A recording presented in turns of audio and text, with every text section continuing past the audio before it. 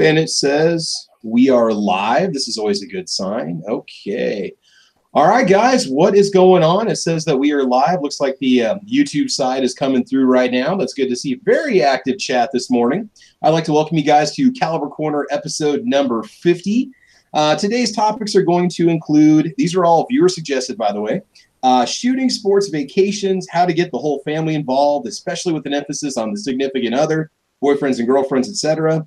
Milsurps, military surplus firearms for hunting, regular hunting weapons, as well as concealed carry. And then we're also going to have our 9,000 subscriber drawing. Now, you can still enter that drawing if you want to. Just go to my channel, look for the 9K sub drawing, watch the video, make a suggestion for an episode of Caliber Corner. That's going to get you put in the drawing. And we will do that towards the end of the podcast for today. So I'm a little rusty. I apologize, guys. I was gone last week. I go down to Texas once or twice a year. I go visit friends and family. Had a good time in the Dallas-Fort Worth area and the northern part of Texas up by Longview, Wichita Falls, and so on. And so I had a great time. Lots of great food. Oh, no, looks like we lost Tony. Okay, he might be back. Says they got a storm coming in. We've got a pretty good panel joining us today. Real quick, let's go ahead and take attendance and see who's joining us. So going all the way back to the start, we have Midnight Range TM with us today. Looks like we've got WB. We've got Calaveras 32 SPCL, Scott P79, David Bowling is with us, and 817 LDS in the house, Sean Newman, tacos and french fries, and now I am hungry. I had tacos and french fries down in Texas, thanks to Jack in a Box, the Gun Snob, and Cadillac Jack. Good morning, guys. Good to see you. I'm sure we're going to have more people joining us over on the Gun Channel side. By the way, if you're watching this on Gun Channels, to keep up with the chat, it's good to refresh the screen once in a while to see what's going on, because it can sometimes stack the comments before they load. Dr. Nose over there, General Relativity's joining us. Good morning. Paper Plane Crash is with us. How you doing, sir? And Jim's over there, and Jim is, let's see, Gun Channel. Is Jim with us today? No, he might be working today. There he is. Jim just joined in. All right, so let's go ahead and introduce the panel. If Tony comes back, we'll go ahead and let him say a few words. Jim, what's going on, man? What have you been doing these days? Home improvement. I've been following. You guys need to follow Jim on Instagram. If you want to learn how to remodel a house, he makes it way too easy. You just follow his step-by-step guides on Instagram, and you are good to go. Oh, you're good to go, and you can kill your knees just like me and go really slow. You didn't tell me your middle name was Grout. I've seen more Grout on your Instagram posts than I think anybody should. Oh, no, was it Gout? I can't remember. No, it's just Grout. It's Grout. That's Grout.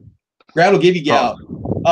So hey, you had a chance to even get out to the range, or are you pursuing any firearms these days? What's new for you? It's kind of hard to do when you're knocking out walls, but yeah. Yeah, I've been to the range a few times. I still try to make the Thursday shoots when it's not getting rained out. Oh yeah, you guys have had all kinds of rain coming through, haven't you? It seems like once or twice a week you got something that's blasting through about this time of the year. Yep. Yeah, it's coming up. So, all right, cool. Well, how much longer before you think you're finally all finished with that home improvement project? You got a couple more months, or are you kind of wrapping it up now, or what? I would say I got a couple more months. It's just when I can fit in time. So yeah. Well, you're a busy man. Yeah, and then I'm tearing apart rooms and disrupting whole parts of the house. So yeah, so you're trying to make it all work around that, but it's coming along good. It looks really nice, so it's. Keep it up, man. It's looking good. So, but hey, thank you for taking time out of the day to join us. I'm sure you like a little bit of a break. Oh yeah. So it's always good to have you back. And like I said, I was down in the beautiful state of Texas last week enjoying some fantastic brisket. God, you guys are lucky. I would live on Nebraska. We can raise the beef and we can grill it on the grill. We can do steaks, but man, barbecue and smokehouse stuff, I'm sorry, we're lacking. I just got to get it out there right now. We are lacking. I mean, you might know somebody that's got a smoker. That's nice, but I had brisket that can just make your eyes water. So, oh my God. There's a guy runs a food truck called Brooks Place down here, and he for a while there, if you were open carrying at his food truck, he would give you a discount. See, there you go. That's cool. Or maybe if you even just flash your concealed carry permit, so you're supporting the cause, then you get a little something. That's cool. I like that. They have a pro gun coffee shop down in the Dallas area that was on a Coleo Noir video, and I'm assuming it's still there, but they encourage you to open carry in the coffee shop. They've got guns sitting all around the coffee shop, hanging on the wall. There's just rifles sitting on the counters and tables and stuff. You just walk in, it's like, hey, I feel comfortable here, And surprisingly, I don't think they've been robbed yet. So go figure. Go figure. Yeah. All right. Sandhill Shooter's with us. Sandhills, what is new in your world, man? What's going down? Well, let's go back to that brisket topic here just for a second. I did this because I wanted to trigger you because as a fellow Nebraskan, we're very, very defensive about our beef. No, I'm not going to argue about it. The best beef for which to cook that said brisket in Texas, the best beef comes out of Nebraska. That's just understood. Yeah, everybody knows that. I mean, it's not even a question. That's no different than saying that Central Time is the only time zone that matters. It's just understood. That's why we go the center. Like the galaxy, we're the center of the universe, and it's flat. I'm kidding. Chill. So, we grow our beef here too, though. Yeah, and you feed it to our cows. So what's your point? No, you got some nice looking longhorns and steers. It's just kind of lean. We grow food to feed our cattle, not our people. That's the difference between us and Texas. That's true. All right, now I'm just getting arrogant. My bad. Yeah. Last night I was down working my company's booth at the county fair here, and there is a food vendor down there. It's not so much a food truck; it's more of a food trailer. But this thing it's straight out of Texas. I mean, these guys, they're from Texas. They do this stuff right and bring it all up. And the brisket nachos coming out of this place are just absolutely amazing. So I've been down there 2 nights and I've had brisket nachos both times. I do believe I'm going to get them again Sunday when I go back. So I just wanted to talk about some of that Texas brisket being up here in Nebraska. So we get it up here, the real stuff, every now and then, and we do take advantage of it when we can get to it. Yeah, I didn't have to drive 10 hours to get to it.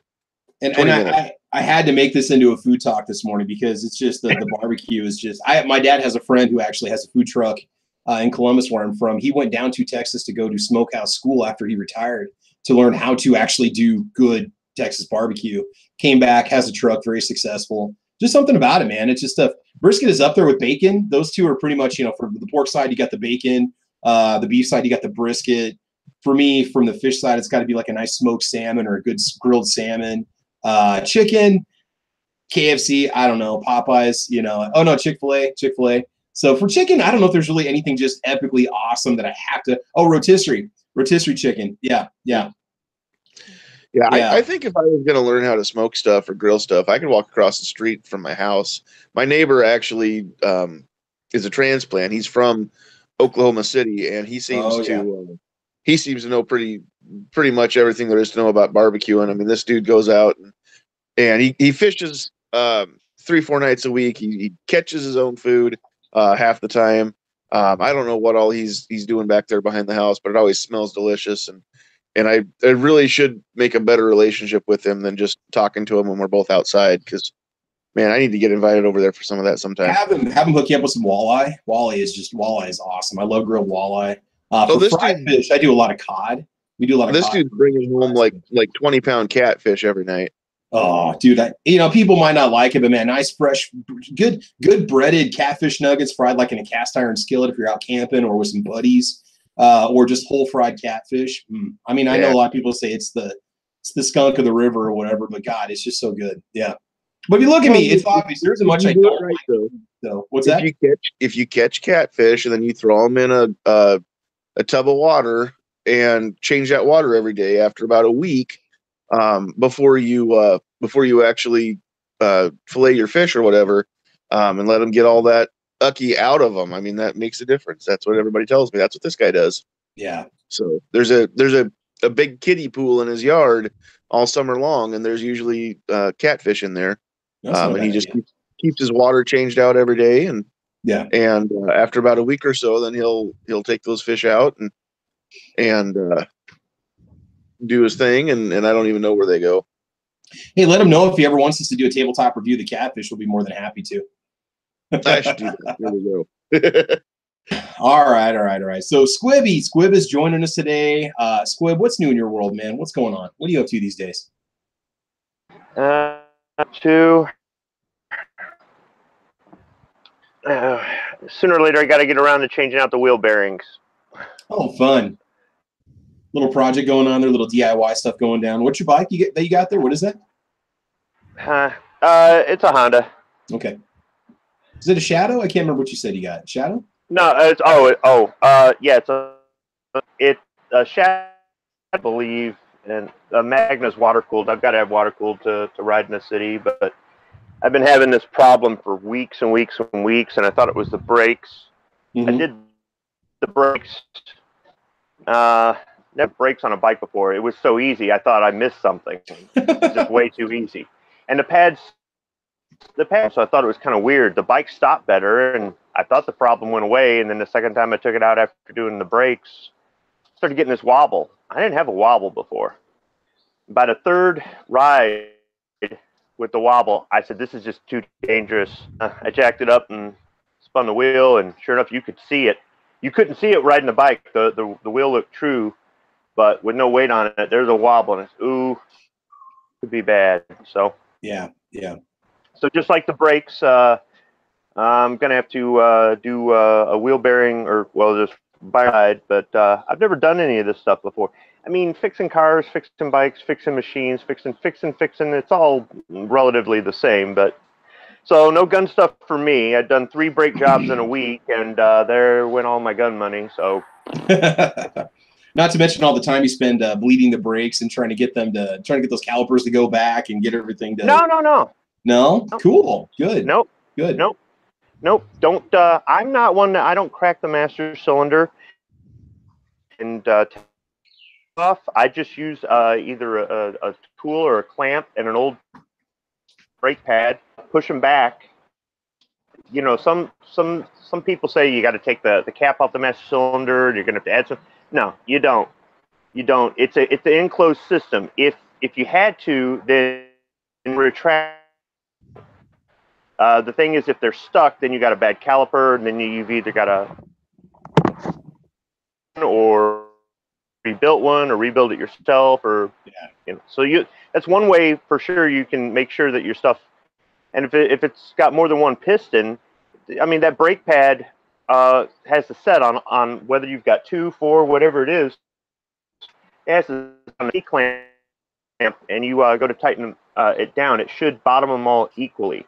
Now with the bike, I just stuck a big flathead screwdriver in there, turned it sideways, and bottomed out both pistons. I'm like, this is just too easy. Oh, nice. So nice. Yeah. Yeah, you know, it's kind of one of those things where I can look at it real bad, like the riding season is short here, and I really want to ride, and I'm paying insurance on this thing, and my truck doesn't get as good mileage. Or I can look at it as, hey, I've never done this repair work before. I'm learning something new. So that's the way I'm looking at it. Cool. Yeah, but unfortunately, all my gun money is gone because of that sort of thing. Now, I'm sure you might have with in Sand Hills too. They're up there being like it is here. Do you do most of your automotive maintenance in the summer, or try to schedule it for the summer, or do you just do it whenever you got to do it? Oh, you know, I got a garage, and so I can put a plug a heater in if I want to and go out and do stuff. I do my own oil changes pretty much year round, except for my wife's car because it's still under warranty. Yeah, that's big. There's true. some You do have a garage, and I don't. I'm kind of time limited, and if my vehicle has serious issues, I don't have time to throw away a whole weekend to try to fix something. Like when my heater core went out a day before school started, I needed to get that done right away because it was starting to fog up the windshield. So I just took it to the mechanic. The next day, 4 hours later, it was done. Leaf springs on my Jeep. There's some stuff I just don't want to mess with. Basic maintenance, routine maintenance, basic repair, alternators, water pumps, stuff like that. I'm cool with that. But I can do it. I don't like to do stuff when it's sub-zero, but I can take one of my portable heaters out to the garage and just crank it up and let it run, and I'm pretty comfortable with that. But I try to save big projects for summertime because I've got the time to let the vehicle sit in a repair shop, or to let it sit up on jacks to do the work on it. So yeah, it's kind of a 50-50 split. It just kind of depends. So more about time than temperature. Yeah. It's pretty much, it depends on what time of the year. Like we had a radiator go out the day before we left for Christmas, like December 24th. We're out picking up donuts to take to the family. I come out to the car and the Jeep radiator is spraying antifreeze out of the front of it. That was pretty untimely. So I took it over to the mechanic, got the vehicle switch done, dropped the Jeep off at the mechanic shop. He had it done December 27th, picked it up. Sometimes it's just, I could have done that, but I just didn't have the time because we had to get on the road to be with family. So I'm kind of a victim of poor timing when it comes to car repairs, unfortunately. I don't have to do a lot of them, luckily, but when they happen, they're not always very timely. I can tell you that. Oh man! So Squib, tell us in terms of podcasts. Are you still doing some podcasts? What are you involved with? I was on Budget Guns and Gear Review at 7 o'clock, and we went over some things going on in Ohio. In Ohio and a few other places, just gun laws and things like that. And then later I was on Edge's show. Now, if anybody's been watching or listening to Edge of the Week, you might have noticed that the shows have been kind of disorganized as of late. We don't collaborate beforehand and come up with a topic, and we're not organized like Caliber Corner. Plus, Edge doesn't do a show every Friday. It's kind of hit or miss Tuesday night, 7 o'clock. Well, I got to be honest. I mean, I'm getting my topics from subscriber suggestions, you know, through like giveaways and stuff like that. So that gives me a nice, solid list to go from without a lot of repetition. But it's hard to think of this stuff on my own. I mean, it doesn't always come to me easily. Yeah, it is. It is, because for Lock and Load on Monday nights Eastern, we used to plan a week in advance, and we'd research the topics a little bit, and we'd email or text back and forth about anything if we wanted to make a change and then it just sort of devolved into, what are we going to talk about tonight? Oh, well, I don't know, but we're firing up the show in 5 minutes. So Edge has asked for people to email him. I think it's edge4006@gmail.com or whatever. If you're on gun channels, you can just message him. But if there's a topic you want him to talk about, I think we should have 1911 chat every Friday night and call it good, but that's just me. But if there's a topic you want him to talk about, send him an email and or message him on gun channels, and he'll talk about it. And then I've been jumping in pretty much every day of the week. Wednesday I was not on Rick's Life as I See It because Rick was getting that knee surgery, so hopefully he's back this afternoon at 3 o'clock. And yeah, and then Sandhills, you said that you don't think that you're going to make your show a regular Thursday thing, right? Not yet, at least. I would love to make it a regular thing, but I just can't always commit to being available by 8 o'clock or so. Yeah. On Thursdays, I jump into anything I can, but sometimes I'm just there listening to the Gun Collective or something like that. But yeah, I'm all over the place. I've made a few videos. They're lame. I've got more planned, but editing takes forever. Travis, I don't know how you do the videos you do and have the time to. Editing just takes for frickin' ever. 2 words, my man. No kids. All right. That's it. I got free time. This is, I don't want to sound too pathetic, but this is really my only hobby, making the gun videos, going to the range, just enjoying shooting firearms. I've got the little Honda car that I play around with. I don't really have any other major hobbies. And then also my editing program and a really fast computer makes life a lot easier for rendering video and stuff like that. So what takes longer is getting everything. The whole process takes hours. People don't realize that. Getting your stuff packed up, going to the range, shooting, cleaning up, getting home, cleaning the guns, making the video, putting it together, uploading the video, sharing it on social media. But it's my hobby. It's just what I do for fun. So I try to get a bank of videos made up and then, push them over on Patreon. And then it does take time. I mean, my wife's pretty understanding. She's not a morning person, so I get a lot of that stuff done in the morning before she wakes up. She gets up early for work on the weeks, but on the weekends she could sleep in. So I get my stuff done early, and so that helps out. Plus, when I go to the range to film, I'll go during the week right after school gets out. There's nobody out there, so I'd have like no lines, no waiting. It's just all about timing and trying to make time to get stuff done.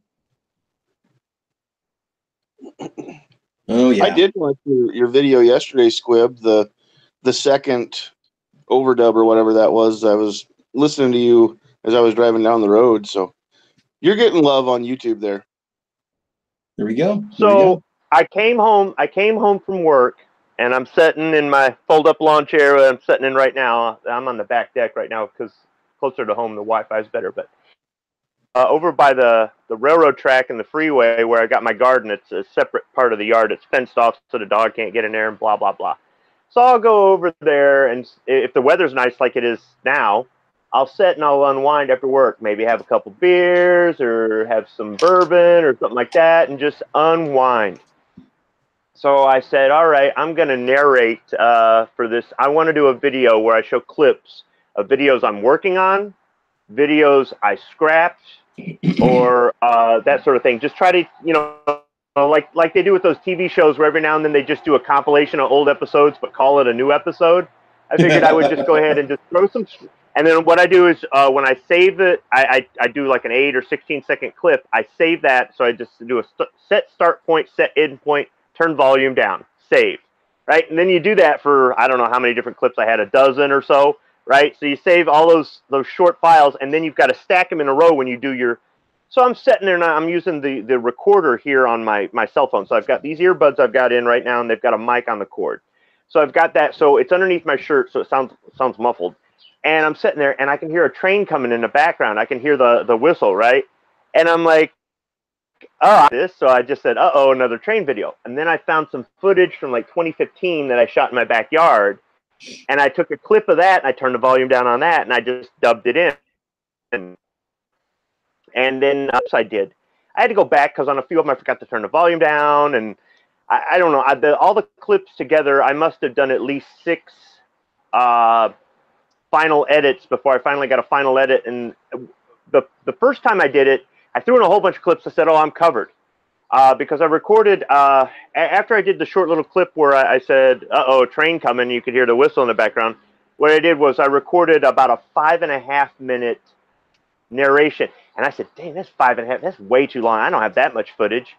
And so I went up. I moved from the backyard to the front yard, started watering the plants in the front yard and watering the lawn. And I did like a 2-minute and 45-second one. I said, all right, that's better. I'll use that as. And so, I mean, all that I was doing it while I was unwinding from work. I was doing it while I was plants. I was doing it like you know, saying in the morning, your wife's not up at night. You know, my wife's asleep because I'm second shift. So I'm trying to work it around all that stuff. All that stuff adds up to a lot of time. So it was about 3 days of working at it a little at a time just to make how long was that video? What, 5 minutes? 4 minutes? I mean, so it adds up, but I'm not complaining. Don't take any of this as complaining. I'm having fun with this. So you say you do it as a hobby. I totally get that. It is kind of fun. It is a lot of work, though. It's time consuming. Yeah, it is. It is. I mean, I have the free time. You know, luckily I've got the time. For me, I'm not a creative person in terms of, you know, music or drawing or art. So for me, making the videos is just kind of a small way for me to be creative. I mean, just little things like that, you know. Hey, Never Enough Ammo's joining us. Matt, how you doing this morning, bro? What's going on, man? This is good. I don't know if you saw the topics for today, but we've got 5 of us all being married men in this panel, and it's going to be a good group of us for the topic we're about to jump into. So what's new in your world, NEA? Nothing. Just working this morning. Just taking it easy? Yeah. All right, man. Sounds good. Sounds good. Real quick, I just want to address a question that's popping up on the YouTube side, and then we'll jump right into the chat. We just been talking about everything. We're talking about Texas brisket this morning, fixing our own cars. Squib gave us a lesson on how to repair motorcycle calipers. It's been a very productive morning. So it's been a good one. You had me at Texas barbecue. Yeah. Oh God, you guys, God, you were lucky. We can't even come close to stuff like that back home. The love and the hickory that goes into that stuff. Did you get to hit up Grips? No, I forgot. Dude, we went everywhere but. We had a fast food tour, man. We had Chick-fil-A, we had Whataburger, we had Jack in the Box, we hit a lot of local places that they have around there too. We went to In-N-Out Burger, we went to a place called Intrinsic Barbecue Brewery. The place is just unbelievable. No, I will get to Grips. We honestly just didn't even think about it. So I got to get that. I did eat a lot of burgers though, I can tell you that. But no, they're there. There's, like I said, there's 4 of them in North Texas. So maybe I'll have my friends go and they can tell me what they think about it. It looks awesome though. Looks really good. Okay, so the question that we had over on the YouTube side real quick, and then we'll get into our topics for today is, Travis, have you ever considered an AR in 7.62 by 39? I have a ton of X39 ammo sitting around, so I was really, really tempted to buy one. My regular AR-15 is Bear Creek Arsenal, just M4, M4 whatever you want to call it, just their 5.56. And Classic's been advertising those 7.62 uppers complete for $199. Now, what they don't tell you is there's about $24 in shipping, and then you got to buy, specific magazines for it. They run about $20 a pop. So when I'm looking at it, I'm looking at like $240, $250 for the upper and one mag. The ammo is going to be cheap. I can get 40 rounds for $10 at Walmart. I really want to get one. In fact, I'm going to be finally buying an upper this month. I just don't know. Part of me just wants to get a mid-length PSA upper and just be done with it. Just have a nice mid-length because I don't have one. Another part of me would love to go X39 just because I love that round. And for me, it's just cheap to shoot. But then again, you're kind of locked into a proprietary magazine, I guess you could say.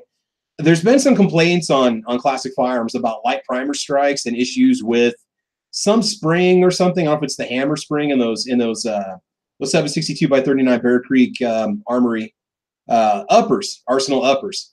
And I don't want to buy something that I have to fiddle around with. I want something that's going to work out of the box. I don't have to worry about buying a replacement firing pin, buying a spring, even if it's $200. So once we start to get into the $250 range, I'm now getting into decent uppers from PSA.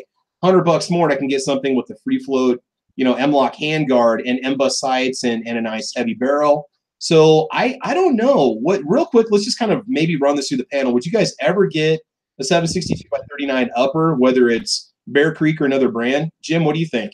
Nope. No. I have a friend at my shooting range who has one, and I actually shot it, and he was telling me the experiences he's had with it, and sure enough, I didn't get 3 or 4 rounds into it before I got a light primer strike. So I just don't know if they're trying to carry over as many AR parts as they can in that upper somehow. Springs. Well, you gotta have a bolt, and yeah. The primers on 7.62x39 tend to be a little harder, but yeah, this thing is just a little weird, and it kind of all started when he had to replace the extractor. Okay. But yeah, just do your research if you're going to do it. I would just rather get their 5.56 upper because mine's been a superstar. I shoot steel case ammo through it all day. I know they say not to, and I was kind of curious on those 7.62s. Do they build it with tolerances that are designed to work with steel case ammo? Because who's going to go shoot brass 7.62? I've got a couple boxes of it, but I keep it for precision rifle testing. With the Ruger Ranch. Man, and it's about like a round. Like a quarter a round or something, right? I think it's $18 for a box of 20 from Walmart, depending if you want to go soft point or just the ball ammo. I even kept my brass for them because I'm like, God, I might want to reload this someday. Heck, even Hornady makes a 7.62 that's steel case. So I would hope that Bear Creek would design it with tolerances to work with a steel case ammo. The problem is they lure you in at that $200 price point. Granted, you don't have an optic on the top. You got to put something on there. I really want one just because of the cheapness of the ammo, but I don't want the issues that go with it. And then, I start reading horror stories about magazine problems. That's the other thing. Feeding issues can happen too. Hanging up the followers and stuff. I got to say no. I got to say pass on that. I'm probably just going to go. I'd love to maybe try a dissipator upper or maybe go with a nice 20-inch barrel, maybe an 18-inch barrel. So something's going to happen this month for my upper because my lower is just sitting around hungry in the safe waiting for something to match up with it. So NEA, Matt, what do you think? Would you ever get a 7.62 upper? No, man. No. Hey, if you want to shoot 7.62, get an AK, get an SKS, go have fun. It's incompatible, right? Like these people are trying to make something fit that doesn't fit. Proprietary magazines and all kind of exactly what you're talking about with the tougher primers. That's why they have all these problems. Not designed, and no, they are not designed for steel case ammo. It just takes all the reason to shoot 7.62x39 and throws it out the window and says, "Here's this little mutant hybrid thing that isn't meant to be." It's a pointless beast that's just going to cause you problems, and it's just a waste of money. Now, on the chat over here, Patrick is saying, okay, go with the Wyndham Weaponry Bolt Carrier Group. But see, now we're looking at having to buy upgraded parts or go with a different brand, go with the CMMG Mutant upper.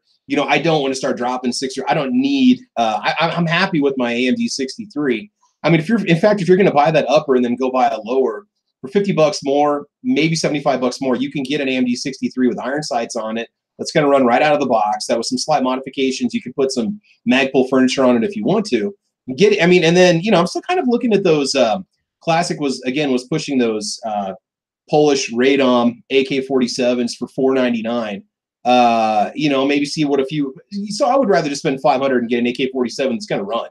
You know, I mean, personally, that's what I think, because you can put an optic on those too if you get a handguard with a rail mount up on the front. So yeah, sand hill shooter. Would you ever consider going with like an AR-47 style rifle? Any thoughts on that at all, or do you kind of echo what everybody else is saying in terms of reliability? I don't know enough about ARs to know whether or not I should consider it. So yeah, sometimes whenever we get into an AR discussion, and even for the most part, an AK discussion, because I've got minimal experience with one of those. I owned one briefly. At least I could field strip the thing. Yeah. An AR, I think I could field strip it, but I'd probably want somebody there making sure I didn't screw it up or that I could get it back together right. So I defer all comments to you people that know things. That's all right. That's all right. No problem. No, I probably wouldn't now. It never occurred to me before, but now it's probably something that I'm not going to do. Or, you know, here's my recommendation. Instead of spending the $400 or $350 it's going to cost you to get that AR-47, just buy this. Go get one of these. You can shoot steel case ammo all day with it. It's accurate. It's fun. You can get the Mini 14 mags for it. You know, that's just my recommendation. It's not, I know it's two completely different concepts, but I do want to get one of those one day too.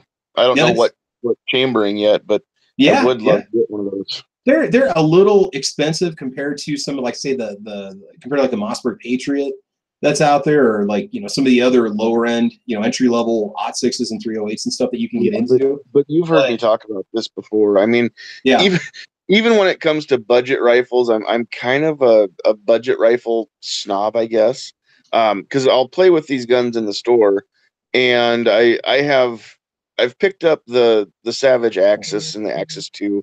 I've picked up the Patriot rifle, the new TC Compass. None of those feel smooth when I run the bolt like a Ruger American does. And I mean, we're within $50 to the same money on all those. Yeah, this is true. This is true. Ruger seems like they make that bolt just run smooth. I mean, it feels like a Remington 700, a nice one, not a cheap ADL. It feels like a Savage 110 or something like that, just right out of the box. So I think that's the one I would buy. Okay. Yeah, I mean, you know, my bolt was not as smooth as it could be. Of course, I got one of the first ones to come off the production line, but it has, after putting 250, 300 rounds through it now, it has really smoothed out quite a bit. It runs well. It is a little finicky with that 20-round mag. It can, at certain angles, it can kind of get caught up on it. But with the 5-round mag, it's not a problem. I've never tried a 10-round mag in it, but it's got that Mini 14 weird, like, little bar coming off the back of the magazine. And, you know, it's always that first round when you load it that it's a little bit of an issue, but the 5-round mag is fine. I mean, it's never not functioned. You just have to learn the bolt. You know, it's not as silky smooth as that Browning that you've got sitting at home. That bolt action, 270, right? Yeah. Yeah, it's not buttery smooth like that. But, you know, for what you're paying, you got a threaded barrel, cold hammer forge. You know, it's a great, just all around bolt action. You know. See, with the budget bolt actions, what people have to understand is you're going to get what you pay for, and that's okay if you're willing to accept the downsides to it, which usually aren't reliability issues or any, you know, major failures or anything like that. It's just going to be things like, you know, how smooth is the action, stuff like that. Yeah. If you're willing to accept that, that's fine. Or if, like me, you love tweaking with stuff and polishing stuff and going in and taking something that's, you know, rough around the edges as far as fit and finish goes and making it better, then you can take something that didn't cost you a lot of money and with a little, you know, little elbow grease, make something nice out of it. So, you know, without spending a lot of money. So it just depends. I mean, there's definitely a place for them. I'm a cheap ass, so I love them. But hey, you know what? Still, one of my favorite rifles that I regret selling was my Remington 710 and 243. They made that thing in like 6 different calibers. The pawn shop here in town, SS Pawn, he had one in 308 for $225 with an optic used.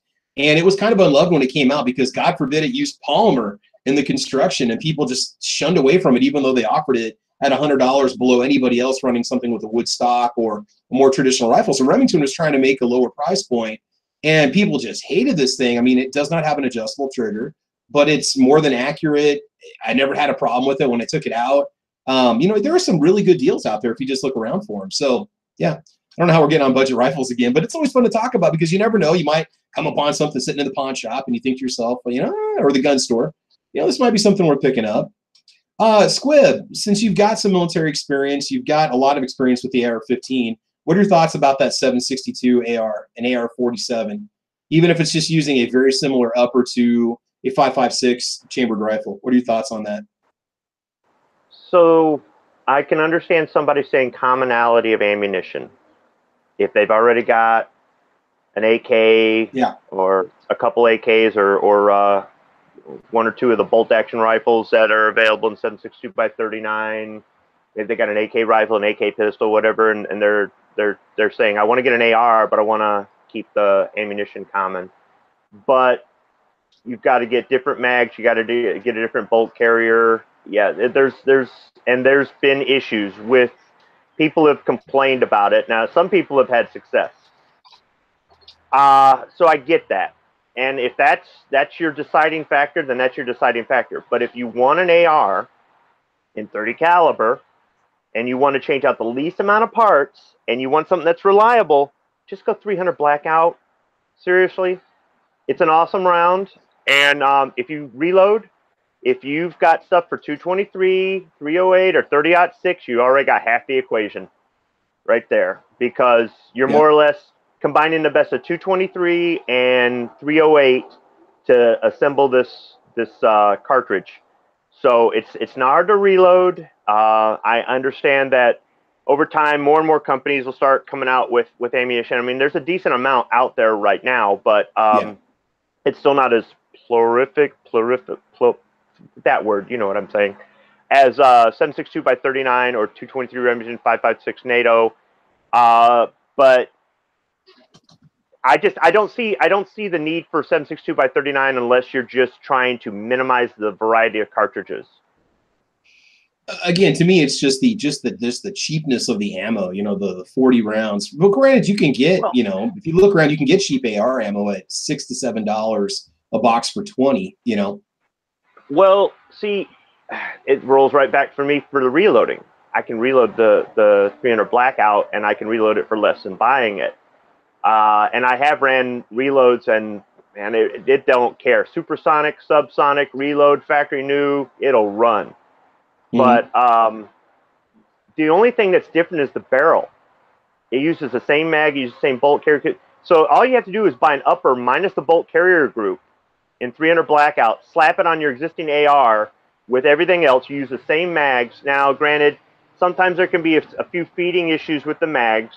Magpul does have a 300 blackout AR-15 mag. It looks the same as their regular P mag. I don't know what's different about it. I bought a couple of them, and I really didn't notice any better results with those than I did using P mags or steel mags, aluminum mags, Lancers, any of that stuff. Maybe the follower might be molded just a little bit differently, possibly. It might, the diameter. I mean, I didn't take it apart and measure it or try to do I just looked at it and go, okay, well, sure, for like $3 extra, it says 300 blackout on the side. But so I have heard some complaints about the mags. But overall, you're using more of the same components.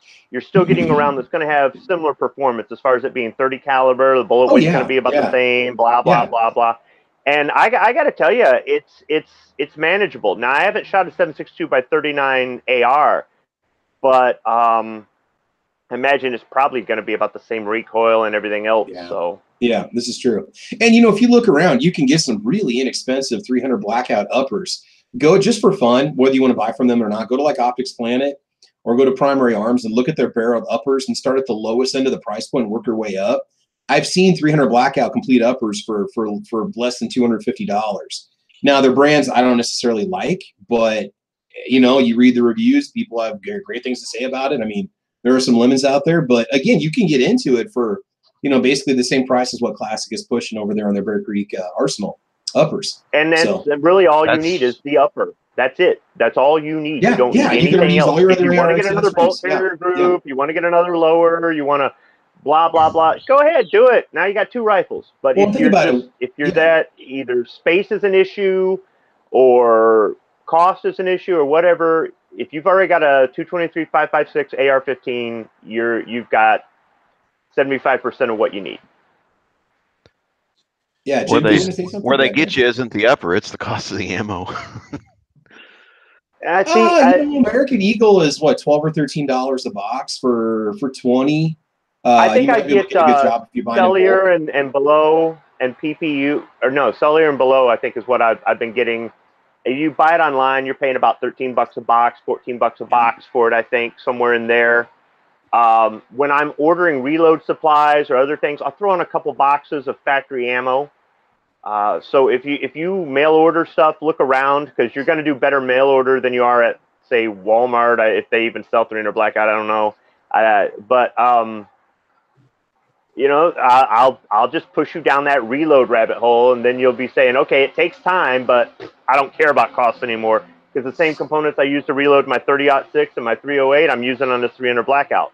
Yeah, you're looking at it from an experienced reloader's standpoint. I need to get into that. I mean, so when you go plinking with Barnes TSX and you're not even thinking about the price, okay, that's why I was about the whole 9mm 223 thing. It's like, no, you can buy the ammo cheaper, but when it gets to something like 300 blackout or 7.62 by 39 or 30-06 or 308, and then it goes up and up and up, at that point, now you're definitely reloading for so much less. So you guys can't see this, and because it involves ammo, I don't want to do a screen share on it. But if you go to ammoseek.com, Jim posted on the internal chat. I'm looking at prices for 300 blackout, 20 rounds, as low as $8.99 a box, and I don't know about shipping prices. We've got Arms Core, cellular, and below for $9.99 a box. No, $9.03 a box. PPU 300 blackout, new brass. This is all brass, $9.08 a box. So if you just don't use Walmart as the price point like I always do, to price your ammo, look around. You can get some really good deals. $9.38 for a box. What do you want, subsonic or supersonic? You've got many different options. And if you buy in bulk, the price per round goes down almost 10 cents once you go over 200 rounds. So if you're out there, yeah. Another thing about the reloading too is not just the bullets are the same. So if you already reload 308 and 30-06, the powders. I use the same powder for one of my 300 blackout reloads. Same powder I use for 44 Magnum and 44 Special I use in 300 blackout. Mm-hmm. The 2400 powder, I think it's is it Alliant? Might be the manufacturer on that, or Hodgson. It's a 2400 powder I use for my Henry rifle. I used in my son's 300 blackout AR-15. So in addition to the bullets, the powder's the same, the primers are the same, stuff like that. I mean, I know I keep pushing the reload angle, but dang, Travis, for those prices, I'd say go with that versus reloading. I mean, that's dirt cheap. The brass alone, man. What you're going to save on the brass alone is, that's Jim, I thank you for posting that in an internal chat. You guys go to ammoseek.com and you can look up 300 blackout. So, and that's the other thing, too. Place, you were talking about earlier with the steel case. Yeah, you can shoot steel case cheap, and if that's all you're doing, but if you are thinking maybe one day you are going to reload, pick up your brass and save it. You will definitely thank yourself later, even if it's years down the road. Save it, or give it to me. Thanks you, Squib. Once you and I had that range trip, I used to always just put it in the bin, because in my range, you can take your brass home with you. After you and I went out and you said, "Are you going to keep your brass?" I'm like, "No." You started picking it up, and I'm like, "What are you doing?" Like, "I'm taking your brass." I was like, "I'm going to start keeping my brass." It's like an Easter egg hunt. It is. You're trying to get the most eggs faster than anybody else in the class. I will walk around and look for brass before I even start shooting. I'll spend 30 minutes just looking through the grass, and I found everything. There's a dude that goes to my range, religiously shoots 45 ACP. I'll find 50 rounds, 100 rounds just sitting all over the place in front of the steel targets. Every time I go out there, I'm like, "Yeah, I'll take your 50 rounds." I don't reload it, but I don't care. I'll take it, Yeah, and just save it up for later, because you might trade with somebody else. Somebody might, say, "Hey, man, I need this." And there was a guy at work, and he had a butt ton of 44 Special, and I wanted to get some 44, and I didn't want to buy it. And he needed 45 ACP, and he said, "Look, I've got this 44 Special because it's coming out of my revolver, and I just dump it right there at the bench, right into my bag." But he says, I'm I can't bend over. He says, my health is not good. My back is bad. And he says, so all my 45 brass I leave on the ground. I said, how much do you need? We traded, and he was walking away thinking he got a deal, and I'm walking away thinking I got a deal. And and you'll do that when you meet other reloaders. You'll start trading up on brass for silly reasons like that. But some of that stuff gets pricey if you buy it new. But what we'll do is, if we're at the range all day and we're just taking a break, we're all tired, we're taking a break, but we don't want to go home yet, we'll stop and we'll go check the buckets. There's buckets for about every 5 stations. We'll go back and check them. If somebody leaves their station a mess they don't sweep up, we'll go in there and pick up everything. And then when we do target checks, LEO shoots during the week there when the public isn't at the range. So they're out in the grass. They're not in the shooting booths. They're out in the grass shooting these targets at close range. Dude, there is 40 cal and 223 all over the grass, and these guys are going to run over it with a lawnmower. So while we're going out there for the target change, if we're all done and we're waiting on other people, we'll just bend down and start picking the stuff up. And you'll find the nickel-plated stuff because, you know, they're using our tax-paying dollars for that. And cool, nickel-plated, you know, every now and then you'll find 38 special or 45 ACP. And maybe it's people that are guards at the prison, or they're bringing their own weapon or whatever it is. But, yeah, you can start stockpiling that stuff up. You know, I suggest investing in some 5-gallon buckets and labeling them. But you never know. Sooner or later. Oh, yeah. I don't want to change the topic, but we got to address this immediately over on the YouTube side. William Trader said, so my wife really likes that purple sky. I've seen mixed reviews. Anyone here actually have any experience with it? William, I bought my wife a purple sky. Actually, I have a video on it that I did like 3 years ago. I had the same problems with that gun that I had with my daily carry Sky CPX2 that I also had with the two-tone CPX2 that I bought used. Frame pins that walked out multiple times, even after replacing them. My daily carry, once I hit about 1,000 rounds, I had an ejector that was worn out. I had failure to extract, failure to feed issues. Didn't matter what I ran through it. Typically, I'd run brand new federal brass ammo. I spent more money diagnosing problems with my CPX2 than I think it was actually worth in brand new ammo. So, William, I'm going to tell you right now, steer clear. You might say, yeah, but they got a lifetime warranty. Bro, it does not matter if the gun doesn't go bang, all right? So not that any gun can't fail, but I'm just opposed to Sky until they work out their quality control kinks. Now, I am tempted to just try another one just to see if they work out some problems, because they did redesign the feed ramps in it. The replacement barrel and slide that I got, they sent me an entire slide, barrel, guide rod, and spring. And I know that's the problem with Sky is they market these things in like 15 different colors, two-tone, black, and so on. I cannot recommend that gun to anybody. There are so many other options out there for $200, $240 that you could get as a daily carry. If you look around, I mean, there's times where you can get say like a Smith & Wesson Taurus, PT111 G2, G2C, G2S. I've had several, and they're all rock solid, reliable. Sponsored by Taurus. Hey, you shot mine. I got my stuff. Yeah, and I loved it. I loved it. I don't know why everybody's complaining about those things. I don't like little guns. That was actually comfortable to shoot for a little gun. Yeah, I would definitely consider carrying one of those. When I got mine, I don't know what I did to it. I did something where I ran 200 rounds through in a range test and did not have one failure to feed, no issues at all. My stepdad's got 2 of them that he runs the heck out of them. One of them is concealed carry. The other one is a home defense gun. My cousin has one that he shot to. We have multiple PT111 G2s in the family. They come in pretty colors. They make stealth gray. They make flat dark earth. They make sand. They make OD green. You can get them for $209 locally at many different gun shops. So if you're itching for a new gun purchase, that Sky is dirt cheap. You see it. It's got pretty colors, whatever the heck it is. And you're like, oh man, I want to get a new gun. And this is all the money I've got. Somehow or another, just resist the urge, save up a little bit more, and get yourself a nice Taurus. And then here's the thing. Now, you might say, yeah, well, you're just hating on the Sky because you have bad experiences with it. Do some research. Go on YouTube and watch. Just look up Sky CPX2 problems, and there is a plethora. Yes, I said plethora. And I know what plethora means, Three Amigos joke, of problems with the CPX2. And for as many as they sell, and them being proud to advertise themselves as an American company, and they talk about the machining behind the product and the high quality steel that they use, work the problems out, fix the problems. I mean, we can send a satellite We can hit Mars with a satellite the size of a Volkswagen Beetle, but we can't prevent frame pins from walking out of a pistol. I don't understand what's wrong with American engineering sometimes, all right? So fix it, and then I will be a proponent of it. I will endorse and say, yeah, this gun works great. And I'm just saying, because it freaked me out when I took that pistol to the range, and that first shot went off, and then it wouldn't extract the round. I'm like, okay. Tried 2 other mags, same problems. I'm like, okay, so if this had been a self-defense situation, and I would have had to have fired more than once, which could happen, all right? Averages say no, but could happen. This gun's not going to go bang, and I'm going to be dead, all right? And that kind of thing right there said, I don't want to deal with this pistol anymore. I mean, it was literally, once I hit about 1,000 rounds. So I am just opposed to that pistol because it let me down. It's really not the problem with American engineering. It's the problem with American marketing departments who say you got to engineer to a certain price point. Okay. That's a good point too. Yeah, they do that in the automotive industry too, Jim.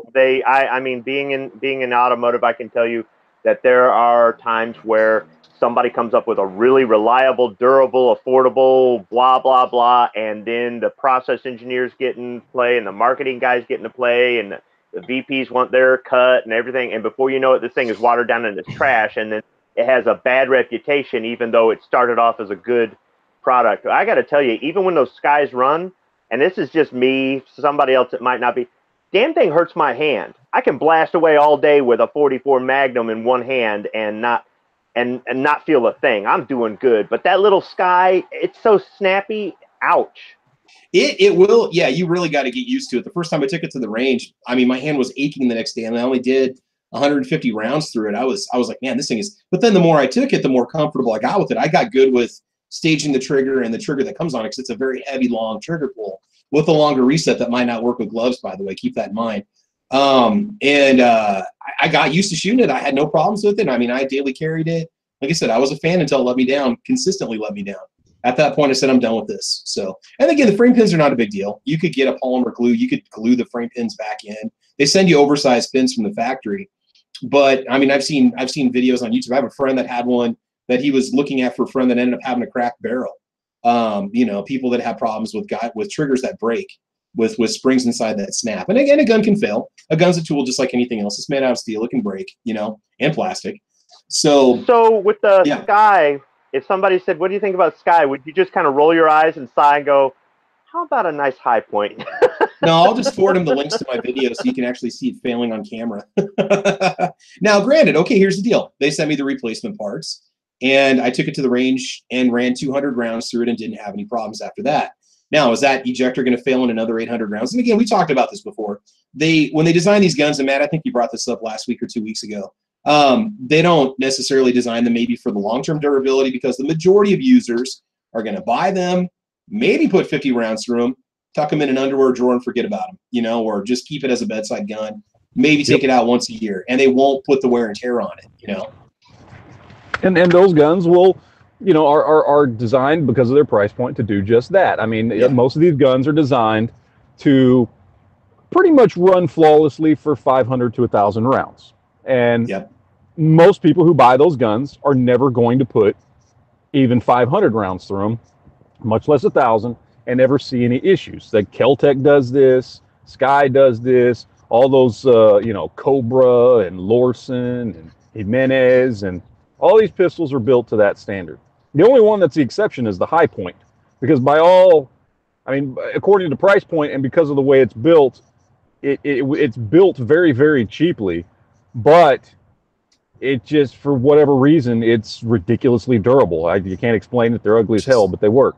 Just over-engineered would be the term I would use for it. The thing is overbuilt to the T. It's overbuilt in a cheap way, though. That's the thing, because it's so big and clunky, and you know, they just said, like a Russian tank. Yeah, they just said, well, look, we can't spend more than $50 building one, so let's just take that cheap plastic and just thicken it up a little bit, and let's just take that crappy cast Zymac slide and just thicken it up so that it, you know, it doesn't need to be pretty. And Matt will never have a job in marketing. Yeah, I mean that's what they did. So, but yeah. I want to make another plea to High Point. High Point, if you're watching this, and I know you're not, but somebody forward this video to High Point. For God's sakes, would you make one in 10mm already? All of us are salivating. Who wouldn't want a 10mm handgun? They got the carbine, right? Yes, the magazines are ready. Make the gun in 10 millimeter. Iraqi veteran made one, what, 6 years ago, 8 years ago? They chambered their own high point to run 10 millimeter. Let's make it. Get it out there. It can't cost that much to get that into production. Just thicken up the slide a little more. Just melt a couple more frying pans. Whatever. I don't care. I don't know about you guys, but I bought one in 10 just to have one. My first handgun was a G20 and 10 millimeter. I missed the 10 millimeter. You know. Do you think the High Point factory is right next door to a salvage yard and they just get their metal from there? Or? Great, absolutely. Great. That's fine. They can boil it down. I don't care. We can, but I mean, just make a 10 millimeter. I mean, and the thing is that I was watching some of the SHOT Show videos, and the rep showing off the 10 millimeter carbine was hinting that there's been discussion internally about making a 10 millimeter high point handgun. I'd buy one. I mean, you might say, well, I don't see the point. It's just the only thing not in the collection. Why not add a 10 millimeter? You know, man. I mean, that sucker would. You know, you could. I'm done. They need to make one. That's all I gotta say. Okay, so it's been almost an hour. So let's go ahead and get into our first topic. So we're talking. This was a viewer requested comment. They said, I've got a girlfriend, and this person said it was a girlfriend or wife, and they said I would like to take them on some sort of a shooting sport vacation, some sort of a hunting trip. We could also maybe include the family here. You guys are all married men, and I'm assuming that you got spouses that have had some experiences with firearms, or they know that you're into firearms, right? Where do you begin getting your significant other or family interested in some sort of a hunting trip or a shooting sport activity? It could be like a single action SAS competition you want to take them to, or maybe a USPSA competition. Where can you start getting the family involved in some sort of an activity like this? Have at it, guys. You guys are all married. We're going to be here. Cricket. All right, I'll just jump in there. Marital advice, and the panel goes blank. I'm going to get some coffee, bro. I'll be back. Okay, as the guy on the panel that's been married the most number of times.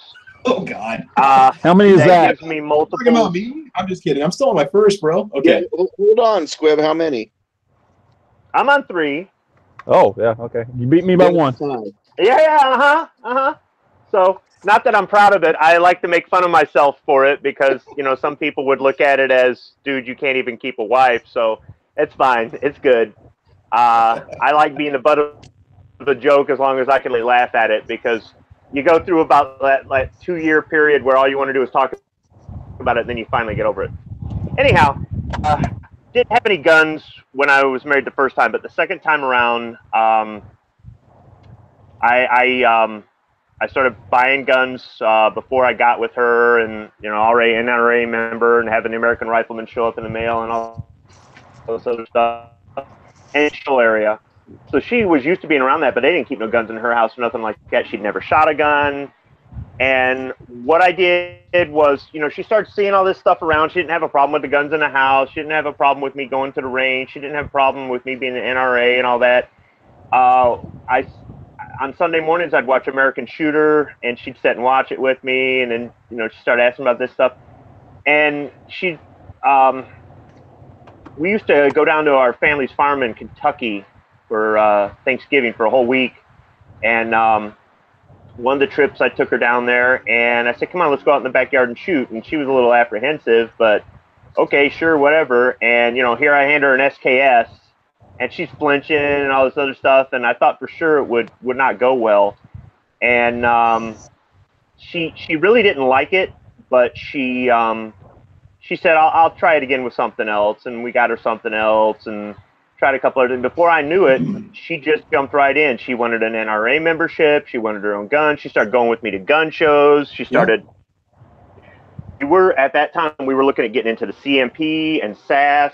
I took her down to Friendship, Indiana, and we were looking at the National Muzzle Loading Rifle Association, and she's watching them shoot silhouette targets with black powder cartridge rifles at 600 yards, going, that looks fun. And we used to go, we would go down to Kentucky partly to visit family, and partly just to go shooting because there was so much property down there. And we'd go to the indoor ranges.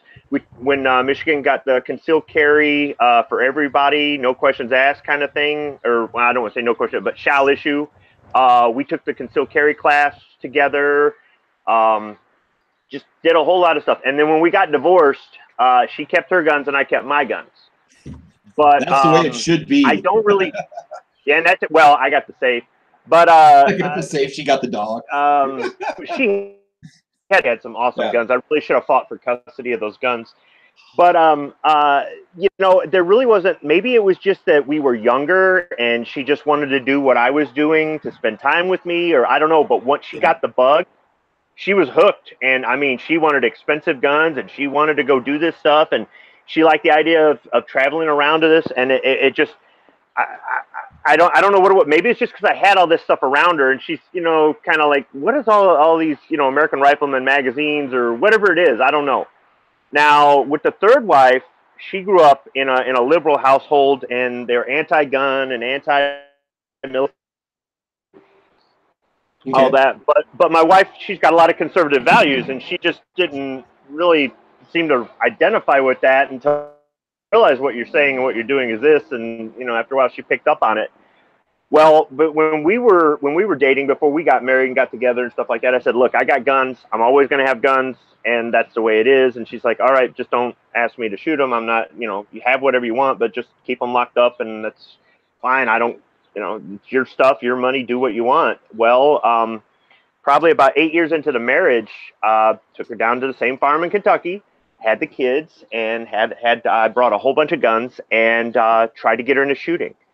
Every gun I had was way too heavy, and she doesn't like the, you know, when my motorcycle backfires or when we set off firecrackers or whatever. She don't like those loud sounds. And then you know how the concussion can be from coming from a muzzle breaker, compensator, or something like that. I mean, that make your ears ring even with ear pro in if you're standing off to the side or whatnot. And she just was really, I mean, it's 95 degrees out with 95% humidity and bugs everywhere. And here's a 10-pound rifle. Go have at it. You know, no, it just doesn't. So she said, forget it. I'm not even, you know, she shot one rifle and one handgun and said, I don't want to do this, and just went back in the house. And, you know, well, that's it. I'm all done. And 2-3 years later, one day she says, how about if we play hooky from work? Hey, Squib, you're breaking up a little bit, buddy. I apologize. You're kind of flying out there. She says, no, but her thing was she was worried about, she really didn't know what and you know, I'd done this with 2 wives already. Just like, here's a gun, go shoot. You know, I mean, I went over some basic stuff, you know, the 4 basic rules and all that, and make sure that they're not waving the muzzle around and that sort of thing. But I you know, both times I gave them guns that were too big and too heavy to begin with, too much of a kick, too much this, too much. Yeah. And were the only guns I had at the time. So, you know, when my wife was asking, hey, let's skip work today and go to the gun range, I had a lot more guns. I definitely had something she could start off with, which is a 10-22. So whenever I'm pushing somebody to keep a variety of firearms, it might be because at some point down the road, you're going to get kids. Or you're going to go shooting. At some point, your neighbor's going to want to, you know, teach me how to shoot a gun. And when you hand them a big, heavy rifle or a big revolver, or, you know, big semi-auto or something like that, that's going to turn them off. You want to have that small training firearm that you can also use or whatever. So, you know, we went down to the range with the 10-22 and the Henry rifle. And in 10 minutes, she went from the 22 to the Henry. And after she shot the Henry, she turns around and she goes, I like this. And I go, oh, man, here we go again. This is going to get another expensive. Wife, my wife now, she wants some expensive guns. And I'm going, well, I've gone through this before. At least I'm going through it this time with somebody that I really want to be with. Yeah. Yeah. It's a bonus.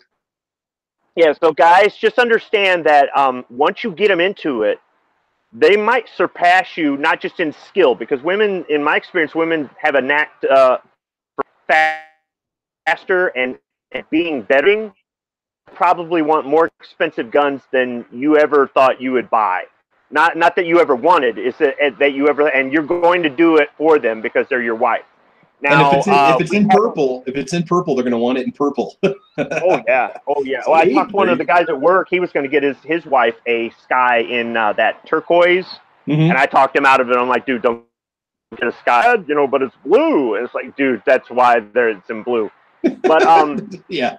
Now my wife, she's gone to the range, and now the kids love it because now mom wants to go too. And that's another thing. If you've got a wife or girlfriend and you take the kids out shooting and she just stays home and does her own, one day she'll say, all right, I'll go out and watch the kids. And maybe she watches the kids 1 or 2 times. And then, maybe the kids kind of nudge her a little bit. Come on, mom. You make sure you get her decent ear pro. Make sure you get her decent eye pro. Even if she doesn't go to the range, keep that stuff in the house for her. And say, all right, I'll get into it. And before you know it, you've got the whole family shooting. Now, the downside to that is your ammo budget is going to really, oh boy. Now, I'm, instead of just one person shooting or 2 people shooting, now I've got 4 people shooting. So between ammunition and reloading, it's a lot to support that, but it's worth it. It's worth every penny. We went to the gun range for Mother's Day, hanging away with AR-15s on Mother's Day. It was awesome. It was just great. So if you've got kids with this woman, you could use the kids as an angle. Don't worry, it's pretty normal to use the kids against each other. Just try to do it in something positive like this, not something negative. Don't turn the kids against each other in a negative way. This is using the kids in a positive way. And the kids are definitely going to want mom to shoot too. They may not necessarily say it all the time, but they would love to see that sort of thing. So as a family event, it's pretty cool.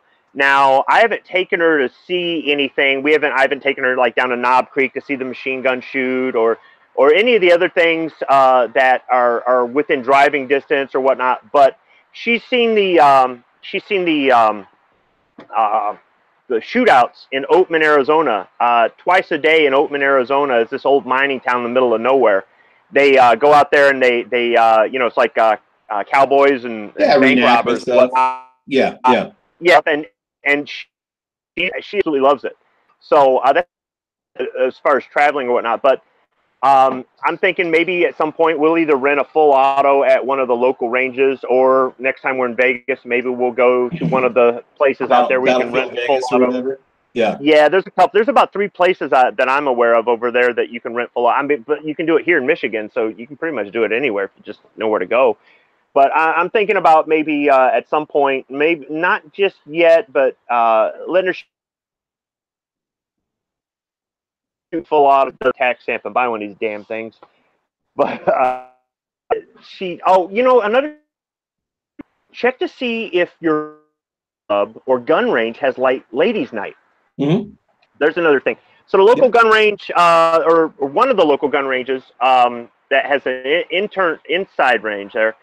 They've got the women's chapter of the Oakland County, blah, blah, blah. I don't know. There's something where the county I live in Michigan is it's the richest county in Michigan, and not sounding like I'm wealthy because there's plenty of poor, but it's big enough to support something like that, where they've got local chapters within the county for women's groups and things like that. They've got self-defense things.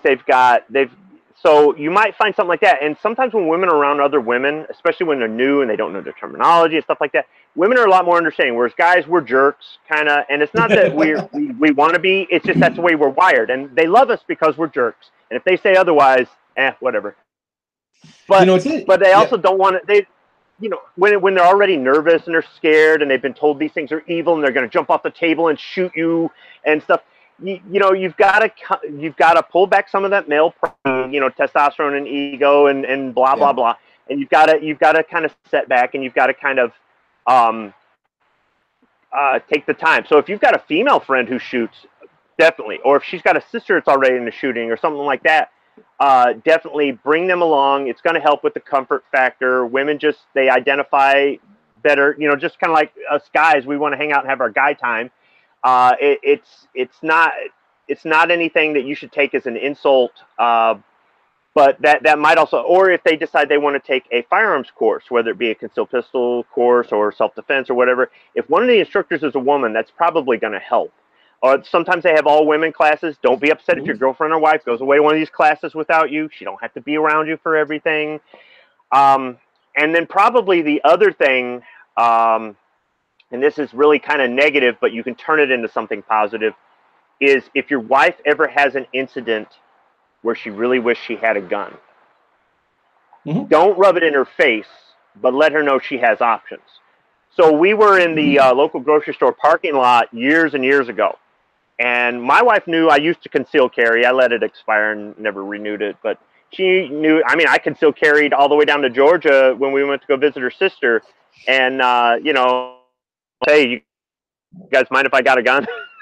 But so she knew I did that, and she understood the laws because I had explained it, because she had all these myths that she'd been pumped full of, and I explained to her the truth about all this stuff. Grocery store, and we get out, it's broad daylight on a weekend or something like that, and we get out and we're walking to go get a cart, and this deranged guy comes around the car and comes right at her. And the guy, he was out of it, he was on something, and I got between him. I was going to have to beat the snot out of this guy. I eventually scared him away, and off he went, and then we went to the store, and she was shook up. Yeah. And she said, what would I have done if you weren't there? Yeah. And you know how it is in this day and age. If you're in trouble, people don't stop. Maybe they do in Nebraska because you guys are friendly or lonely, or what's the difference?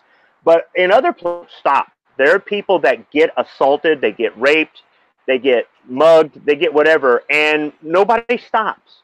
Nobody stops it. So the only person you can really rely on in some cases, even in broad daylight, in the middle of a safe middle-class city or town, is yourself. So when we're walking around the grocery store talking about it, she says, I really wish I would have had a gun. And we've been talking since then about going to get her concealed pistol license. She's not opposed to it. We just haven't got off our butts to do it. So those are all my experiences as far as getting my spouse into shooting, and what can happen, and the different reasons and the different things that are out there. And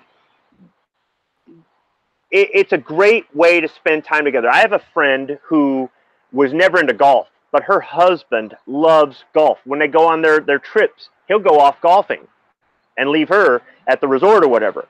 She decided to take up golf, spend time with her husband. Now, one of the managers at work was like, why would you want to do that? And I'm thinking, because she doesn't have a miserable marriage like you. If you've got a miserable marriage, you're not going to make it work going shooting, golfing, hunting, any of that stuff. But if you've got a good marriage and you want to spend time with your significant other, do the things that you go to those. Come on, guys, we do it. We go to those chick flicks. We don't want to go see, right? Oh yeah, we don't want to go. Hey, Deadpool. Okay, was Matt. Well, anyhow, Deadpool was a love story. Yeah, sure it was. It was. I guess. Yeah, it was. But we do those sorts don't of act things like you for don't like them. Love Actually. Yeah, Love Actually. Lifetime, whatever. But No. I mean, we do that stuff for them. They if it's a relationship that's worth having, if it's a relationship that's really it's working good and you guys click and you're communicating and things like that. I'm not saying on the first time you take her to the gun range or the first time you show her, okay, this is how you handle it safely. This is why it doesn't just get up off the table and go off. This is how this works. This is what this means. This is a magazine. This is a clip. This is a bullet. This is a cartridge. You know, that sort of thing. You'll get up, but just understand that maybe she won't want to go at first, or maybe she won't want to go the second time, or maybe she gradually jumps into it or whatever. But if you've got that sort of relationship where you can spend that sort of time together and she sees that you're doing some of this, you're going over to your mother-in-law's house even though you really don't want to, or whatever it is, she'll reciprocate. If she doesn't, you might want to rethink that relationship. I mean, I don't think that shooting or hunting or any of that stuff should be a deal breaker. If she says, look, just go do your thing, I'm not interested in it, at least you get to go do your thing. I mean, there's some guys that are like, no, you can't have that in my house. It's like, dude, what are you doing? So, I mean, you know your relationship better than I do. You know what you can get away with. But the longer you're together, you should be getting better. And you should be able to, over time. I mean, look, it took 8 years for me to get her to shoot. And then it took 2 or 3 more to get her to shoot and like it. I was patient. She's absolutely worth it. All right, so everything that Squib just said, if you are a lady listening and you've got a significant other, boyfriend, husband, whatever, and that person's maybe not necessarily a gun person, do what Squib told you to do. So suggest having a firearm around the house for self-defense. Suggest going to the range, start off with like a little 22 handgun or a 22 rifle, have some fun with it. Do maybe a little bit of plinking, lightly get into it. Funny story about this is my best friend and his wife, who live down in Texas, they didn't have any firearms up until 2 years ago in their home. I suggested to him, hey, man, get a shotgun for home defense. Get a handgun for home defense, right? And then they came up here last year and visited. We went to the range. Took a 22 handgun out there. Took my G17 out there. And the wife absolutely loved it. She was a great shot. She realized that the kick on the G17 Gen 4 wasn't as bad as she thought it was. And she would not leave until I sold her the G17. She wanted to buy that Glock 17 because she shot it well and she was very comfortable with it. And I said, well, we can't do this here. Obviously, I have to come down there or we ship it through a dealer. So when I went to go visit them 2 weeks later, took the G17 Gen 4 through there and we did a legal transfer to her, all right? Because it was out of state and it was a handgun. It had to be that way. And now she loves to shoot. She's a great shot. When they came back up again, in fact, they have 2 handguns in the home now. My buddy's still not completely adamant about being a big firearms guy, but she is a shooting enthusiast. She really enjoys it. She has a great time. We spent 2 hours at the range. We gave their daughter a chance to finally shoot a gun for the first time. We took the 6-hour Mosquito out.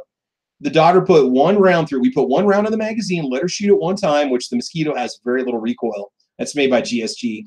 So a miniature version of a 226.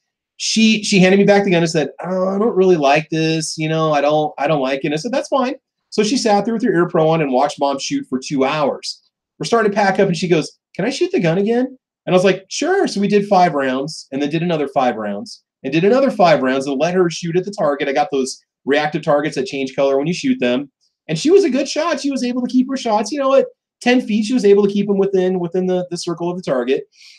And so now the family is becoming more and more. It's just part of it is just getting that significant other to the range to get started. It could take years. It could take time, like Squib said before. It took 8 years, 10 years total. So the first part is just going to the range, okay? So Sandhills, I'm going to let you chime in a little bit. How would you think about taking your significant other to the range or some sort of a shooting event, to something she might enjoy? Like my suggestion is go to a SAS event where people role play as cowboys and cowgirls and they recreate shootings and it's a competition and everybody's welcome and invited. If you live near a big city, they do SAS shootouts like every year. They have the big get-togethers where you can just go watch as an enthusiast and not have to dress the part. So Sandhills, what's your suggestion? What do you think? How do you get the family involved in shooting sports? Well, my wife, and you know, Squib's not here now to hear this, but he's not the one that's been married the most times in the room. He was tied with me. So, and I'm not going to get into past relationships. One wife never touched guns to my knowledge, and one of them cut her teeth on a silhouette rifle. So, I mean, it's, you know, I've been around non-gun people. I've been around gun people. And then my wife right now didn't grow up with guns in the house, but I mean, her brother somehow caught that bug and has, you know, he's got stuff in his safe that we would all just drool over. Mm-hmm. But my wife never really was around it much. I mean, he handed her his Raging Judge once, and she shot that a couple times, and that was that. And then once I decided I wanted to get a gun, and get my concealed carry permit. I mean, I had wanted to do it, but it was actually on her suggestion, just because there'd been some stuff happen across town, and she just realized that. And she was never anti-gun. Don't get me wrong.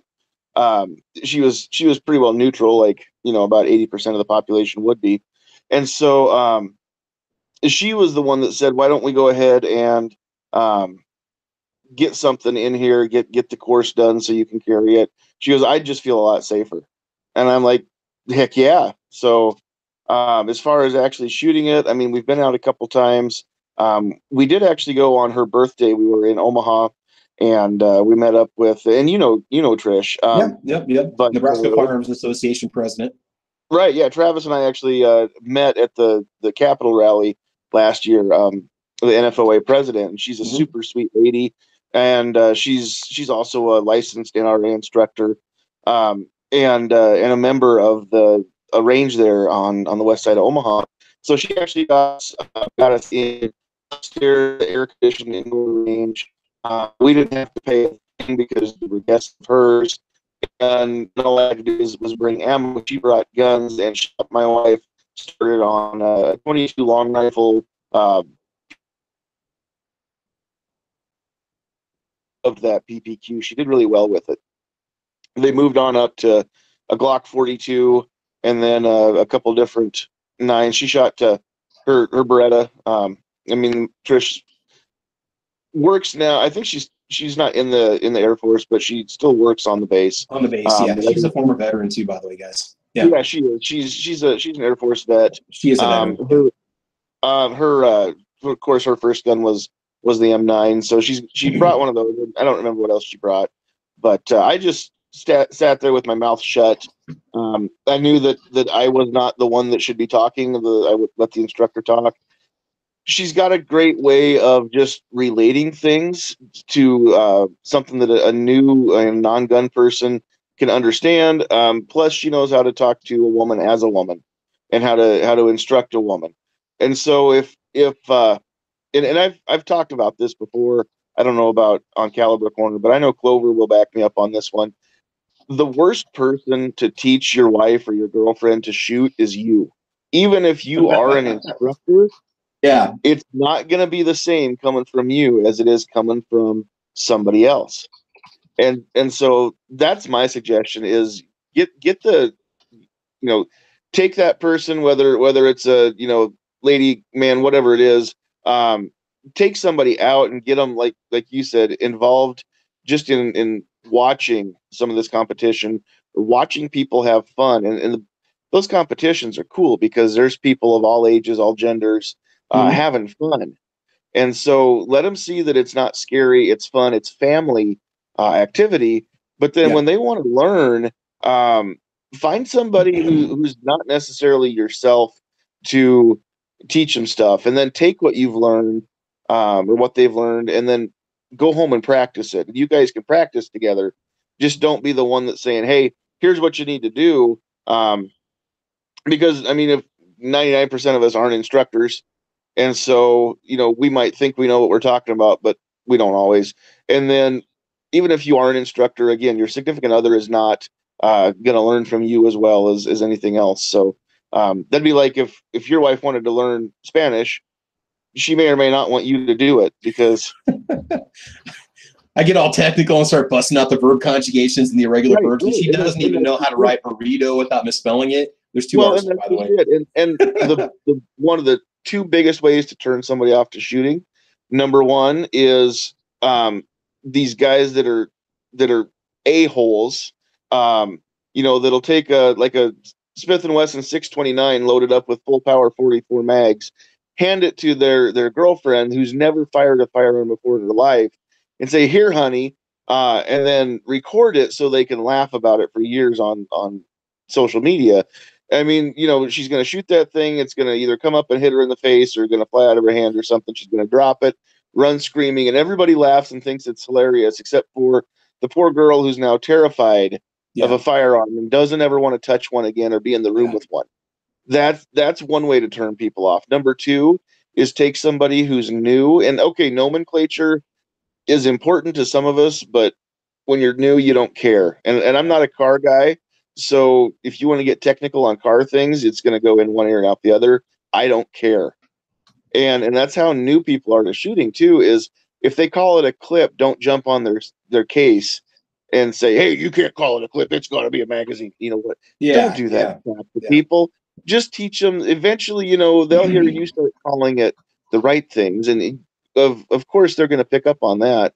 But until they actually understand the physical mechanics of a autoloading pistol, and the physical mechanics of what happens in that chemical reaction when the primer gets struck, I mean, if they want to learn that stuff, that's cool. And I mean, I'm wired and I want to know how every little piece functions, but not everybody cares. All they know is they pull the trigger, it goes bang, they pull the trigger again, it goes bang again. And that's enough. So don't get too wrapped up in the technical aspects of anything. Don't say, well, here's what we're gonna learn in this isosceles stance or modified Weaver. A new person doesn't care. Take the new person out, put them close to the target so they can't miss. Give them one of those targets, like you said, that changes color when they hit it. Yeah, and then have fun. We shot steel this time. We didn't do that last year. We shot steel, and she was shooting at the dueling tree. She was shooting at the hostage target. She hit the hostage target 17 times and did not miss once. I'm like, when she hit the actual part that flips back and forth, I'm like, oh my God. My buddy's just standing like, I can't compete with this woman. So, you know, I mean, she's so patient and focused when she's shooting. You know, we get out there for the fun rush of it, but the wife was just, man, she was just knocking it out of the park, dude, knocking down the pins, you know. Another thing I would suggest, if this is an option, is because when my wife went shooting, and arguably really for the first time was at that range, and it was an indoor range. The problem is we had a guy on one side of us in the lane right next to us shooting an AR, and then 2 lanes on the other side we had a guy, I'm pretty sure, was shooting a 308. No, yeah. And so, I mean, that was bothering me. And I've been around shooting my whole life, but I've never been on an indoor range in my life before that day. And so, yeah, the concussion is pretty significant if you're not used to it. You get conditioned to it after a while, but for first timers, it's like it can be very uncomfortable. It's not just the noise. It's you can feel the pressure. Yeah. And so, if you're going to take somebody new, if you have an option to do it outside versus inside, then do that, because then it's just noise and the ear pro takes it out and it's not scary. Yeah. So my wife wants to shoot again. I don't think there's enough money in the world to get my wife on an indoor range again. Unless it's like Suppressor Tuesday. Well, I mean, if all guns are suppressed, it's going to be a case where nobody else is in there, and she's the only one shooting. And it's the only other way I could see her getting back on an indoor range. Otherwise, it'll be outdoors no matter what. Now, whatever we do. Oh yeah. That's how it was with my friend's wife. She wanted to stay out as long as possible because she wanted as much. We did at the indoor range when I went down there to Dallas. The range is fine, but you're just not used to that pop and that feel of it. And if it's right next to you, it was just we were only in the indoor range for like an hour and a half, and that was it. She's like, "Can we go?" And I'm like, "Yeah." It was kind of hot and stuffy, and it was loud. And, you know, even with the good ear pro that we were wearing, it didn't matter. So yeah, that's a big one. Shooting outdoors, it's so much more comfortable. That's why I wanted to get my friend's daughter there, so she could shoot that little 22 handgun outdoors with very low recoil and just get comfortable with it. You know, it's just a start. So, but no, you got a very good point. I mean, yeah, maybe if it's a lady, you know, have another lady instructor, ladies' night, just let her go, have fun. And I've got little bits of advice here that I'll share with you guys in a minute. Jim, what about you? Would you want to share with us a little bit? I mean, if you wanted to get the family involved or the spouse involved in some sort of a shooting sports activity or a hunting trip, where would you begin? Well, I will say that I'm lucky that the wife likes shooting more than she likes Deadpool. She's done both with me, and okay, she humored me to see Deadpool. Okay. Yeah. Anyway, it's not been that difficult for me in my current life because she was a gun owner before I was. Okay. So, no way, Jim, come on. You sure you want to admit that on the internet? It's complicated. Yeah. That's awesome. Yeah. So, she had her Smith & Wesson revolver, and the first time we went shooting together, it was with that. And so all I've really had to do, I've had it easy because all I've really had to do is help her get more comfortable with shooting, and we went and got our license to carry together, and you know, that sort of thing. She actually got her license to carry with that Smith & Wesson revolver. Nice. So since then, it's, you know, we've kind of made it a social thing. We're, you know, we've gotten to be close friends with the people who own the shooting range we go to, and so putting that social aspect into it, you know, we get our shooting in, we get our practice. She gets more comfortable with, you know, firearms handling, and then there's a social aspect that's the draw for, you know, to engage with people we like, and so I think that's probably the biggest way we've been able to keep it going. I never had a lot of resistance to the whole idea of having firearms in the house, or having her not want to go shoot. I mean, there are times where she's like, just stay home. But, you know, she's interested enough, and the rest of the family is interested enough to where we can actually make a kind of a family outing out of it. Cool. And, you know, you can transition that from the range to, say, a shooting event like a SAS shooting, or, you know, maybe just a minor competition, or maybe an amateur range day or something, you know, for like 3-gun, right? Right. Yeah, and so Cool. so we're basically building on that, and then as everybody gets more comfortable with it, and as you know, there are things you can do. The closest I've come is a little informal 2-gun, not necessarily 3-gun, but you know, we've we do that. Our range does have a lady shoot that struggles sometimes getting enough ladies interested in doing it, but so that's how we go about it. Yeah. Well, I had a discussion with my wife last night. My wife was not a gun person before she met me. She is a gun person now. She knows how to operate all the firearms in the house. She's comfortable with it. Doesn't do any hunting, but she's not opposed to the idea of having firearms in the house, multiple, right? And so I said, sweetie, I said, if I was going to take you on a hunting trip, or if I was going to do some sort of competitive shooting activity and I wanted to get you into it, where do I start? So she just gave me a couple little bits of advice here, and then we'll move on to our next topic for the podcast. She said, first of all, you just got to get me to the range. She goes, just take that person to the range, see how they feel about shooting the firearm. Obviously starting off with the right gun. We started off with a little 22 pistol with her, and then worked our way up to the 9, and then the 40, and then the 45, So get that person to the range for starters. What I'm saying is, don't just plan a safari, take your boyfriend or girlfriend, husband or wife, whatever, with you and expect them to enjoy it if they don't realize what they're getting into. Because sometimes as guys, we think we get these great ideas that we're just gonna plan it all and the family's gonna have a great time. But start off, go light. All right, start off with a trip to the range. After that, my wife said, make the family part of the trip, whether it's the planning or just talking about the activities. And my wife said, even if it's going to delay your planning process a little bit, even if the family kind of gets in the way, be patient. Let the family feel like they're part of the trip. Maybe browse a couple different, say, hey, let's check this out online. We got some 3-gun, we've got a SAS competition, we've got, USPSA. I want to take you guys to one of these. What looks like the most fun? So make the family part of the trip. Get them involved in it. All right. You might be surprised when you actually want the family to be involved in it, how much more they're going to enjoy it. All right. The next one, she goes, make sure, and my wife's not physically a very big person. Okay. So she said physical condition. She goes, I wouldn't want to go on a Rocky Mountain elk hunt with you. She goes, it would be fun to tag along, but she goes, I'm not a mountain woman. So, and then like extreme heat, extreme cold, the elements might not be something that your significant other really enjoys. If all they're going to do is complain about the heat, the humidity, and the cold, it's going to ruin the trip.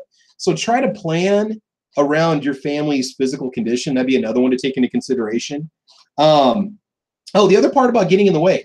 My wife said, if we decided to go do, say, a deer hunt together, she goes, I might not want to pull the trigger. I might not want to lug a rifle, but I might want to maybe be your spotter. Or I might want to be the person that gets to kind of come along and take some pictures, So get them involved in that kind of a way. The other one is watch for kind of local events going on, something that's close, something you can take that person to. If you live near a big city, chances are there's going to be a big popular shooting event going on around that city, some sort of a competition you can go to. And to me, I keep going back to SAS because I think it would be fun to watch kind of the role play and the cosplay of the cowboys and cowgirls and doing these historically accurate representations of famous shootouts and competitions and seeing people that get into it. Just anything that gets them closer to being comfortable around firearms. So that would be the other one. And the other one is look for those amateur range days that might be open to the public, low cost, no cost. Hornady Ammunition puts on an amateur range day out of my range that I belong to once every 2 or 3 years. They bring firearms out from their safes. They've got very cool, historically famous, firearms and so on. They have an introduction to SAS, an introduction to 3-gun, opportunity to shoot a 50. All right. So they have all this stuff that's totally free to the public, free lunch, come on out, have a good time, see families enjoy themselves. And that's another one. Look for little amateur range days like that. So gently introduce it. I'm just saying a good way to ruin a marriage would be to plan an African safari and just assume your wife, boyfriend, girlfriend, whatever, is going to want to go with you and enjoy that part of the trip. So that's kind of my little last bit of advice. You guys want to finish up with anything before we move on to the next topic? Yeah, be patient, and the stuff's going to take time. If she's never shot a gun before and you get her to go to the range, indoor, outdoor, small caliber, whatever, and she shoots and she likes it, Do not think that 4 months later she's going to get a permit and go hunting with you. Yeah. Do not think that 6 months later she's going to be at the concealed carry class with you. Now, you might get lucky, and she might jump in with both feet. And you know, as guys, we kind of like that. We like seeing the confidence and the interest and that sort of thing. But just be patient. If it takes months, years, whatever, if the relationship is worth it, you'll take that time. You'll gradually work things into the schedule, whether it be with the wife, the whole family, a little bit of both. You'll start spending the money on the firearms, or just do rentals, you know, until she gets something that she's like, I really like this, and you see that look in her eye, and you know that she's really into it, and this is something you guys can enjoy together. But be patient. If you're going to try to rush this, if you're going to say, all right, I'm going to take her out, I'm going to hand her my 1911, she's going to blast away, she's going to feel like Rambo, and we're going to go deer hunting, dude, that ain't going to happen. Yeah, and the thing is, obviously we want you to have a happy marriage, right? But wouldn't it be nice to have a significant other that wants to go to the range with you, or wants to hunt, or wants to encourage you to continue being an active firearm owner? Who wouldn't want that? You know, I mean, that's just what this little bit of advice is. And I just found the topic intriguing because I thought to myself, how did I get my wife into guns in the first place? You know, what did we do with her not being a gun person before she met me? Or say she wants to go on that deer hunt, what do I need to take into consideration before we go out to the stands? All right, that kind of thing. So I was just kind of, you know, luckily you guys, you know, you've got experience with this kind of thing, or, you know, you've got the spouses, we can give some advice. And again, like I said, this applies whether it's men or women, wives, husbands, and so on. So that's just the idea. All right, we're going to shift gears. We're going to do a 180 now. And the second topic for today, I really like this idea because there's a lot of stuff you got to take into consideration before you decide to do this. Military surplus rifles for hunting, yes or no? And we don't necessarily have to make suggestions, but you can. But if you're going to do that, what do you need to keep into consideration if you're going to go Milsurp for hunting? Now, you might say, well, there's no point because you can get a good bolt action rifle for $300. Let's throw that out the window. Let's say that you got an M1 Garand, you've got an M14, you've got a Mosin, you've got an SKS, somebody gives you one. You want to go hunting with these things, let's say big game hunting, or maybe even like, I don't know, some sort of Milsurp shotgun, right? What do you need to take into consideration if you want to make that your primary hunting firearm? Take it away. The first thing is to know your state laws, because, oh yeah, for instance, Nebraska won't allow an autoloader rifle that holds more than 5 in the magazine. Mm-hmm. So if you have that M1, I don't even know if you can modify that, can you, to a 5-round only? Yeah, you can buy 5 and 2-round end block clips. I've got a 5-rounder. It doesn't work very good, yeah. But yeah, you can buy those. Does that? I wonder if that makes it legal, because the magazine hasn't been changed. The magazine will still. Well, see, the magazine on the M1 is built into the rifle. It uses clips. But yeah, that's what I was asking. If it's a capacity issue versus what's actually in there, just throw 1 round in. It just says at the time when the gun's in the field, it cannot be modified in any way to accept more than 5. Yeah, yeah. So if it has a permanent follower block in it, or it's tapped and drilled and blocked, or it's a standalone 5-round mag, say for like an AR or an AK for that matter, you're okay. But yeah, what do you do for an internal magazine firearm? If you have an AR-10 with a 5-round mag, then you're totally legal. Mm-hmm. But or you kind of just don't worry about it. Know your statement. Yeah, there you go. You know, or use a Mauser rifle or something. Well, that's if you're shooting an auto in Nebraska for deer anyway. Yeah. Just know your state laws where you're hunting, because you can't bring and autos are fine. I mean, I've got an SKS up at my dad's. It's been permanently modified. It won't take a 10-round or all 10 rounds off the stripper clip anymore. It only takes 5, so that's legal. But it's a permanent modification. I mean, it would have to be disassembled and that taken apart to change it. It can't just drop the floor plate. So yeah, that's the first thing I would say, is just know your laws, which you should know anyway if you're hunting. So that was definitely. Kind of probably dumb. Over in the YouTube side, somebody had said, so that means no optics because it's a Milsurp gun. Oh no, not at all. I would argue that just about every Milsurp firearm out there that you would just buy, say on the commercial market, whatever, could be modified in some way, shape, or form to accept an optic. I was thinking well, now hold up. If you're a purist, you're not going to modify your gun, period. Okay, so for me, Milsurp, with the exception of one that I bought it sporterized. I don't sporterize them. I don't put aftermarket stuff on there. I want them as authentic as possible.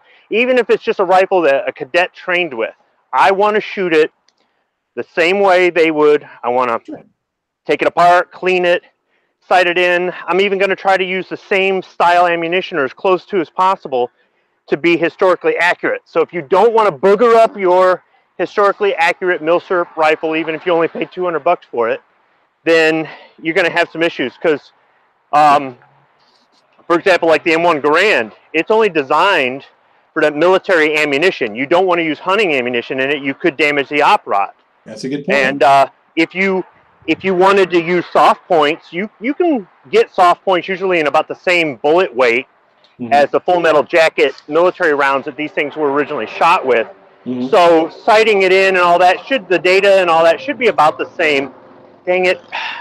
You know, whenever I want to talk at work, somebody drives by at the forklift. When I want to talk at home, they come driving by on the highway. Anyhow, if you don't care, if you want to booger up and sporterize your gun, then yeah, you can mount an optic on. I mean, they do have some mounts that'll clamp on and that sort of thing, so you don't have to drill and tap. Or you can do, this is my best suggestion, get an M1C or M1D sniper Garand with the original scope, an M82 or M84 scope. I mean, it might only be like $4,000, but what's $4,000? Well, again, we're just talking straight up Milsurp for hunting, and these are the things you're going to run into, you know. The other thing I would say is if you're going to get it for hunting, make sure that you practice with it and practice good. Make sure you're efficient with those iron sights. For one thing, you want to put that animal down as humanely and as quickly as possible.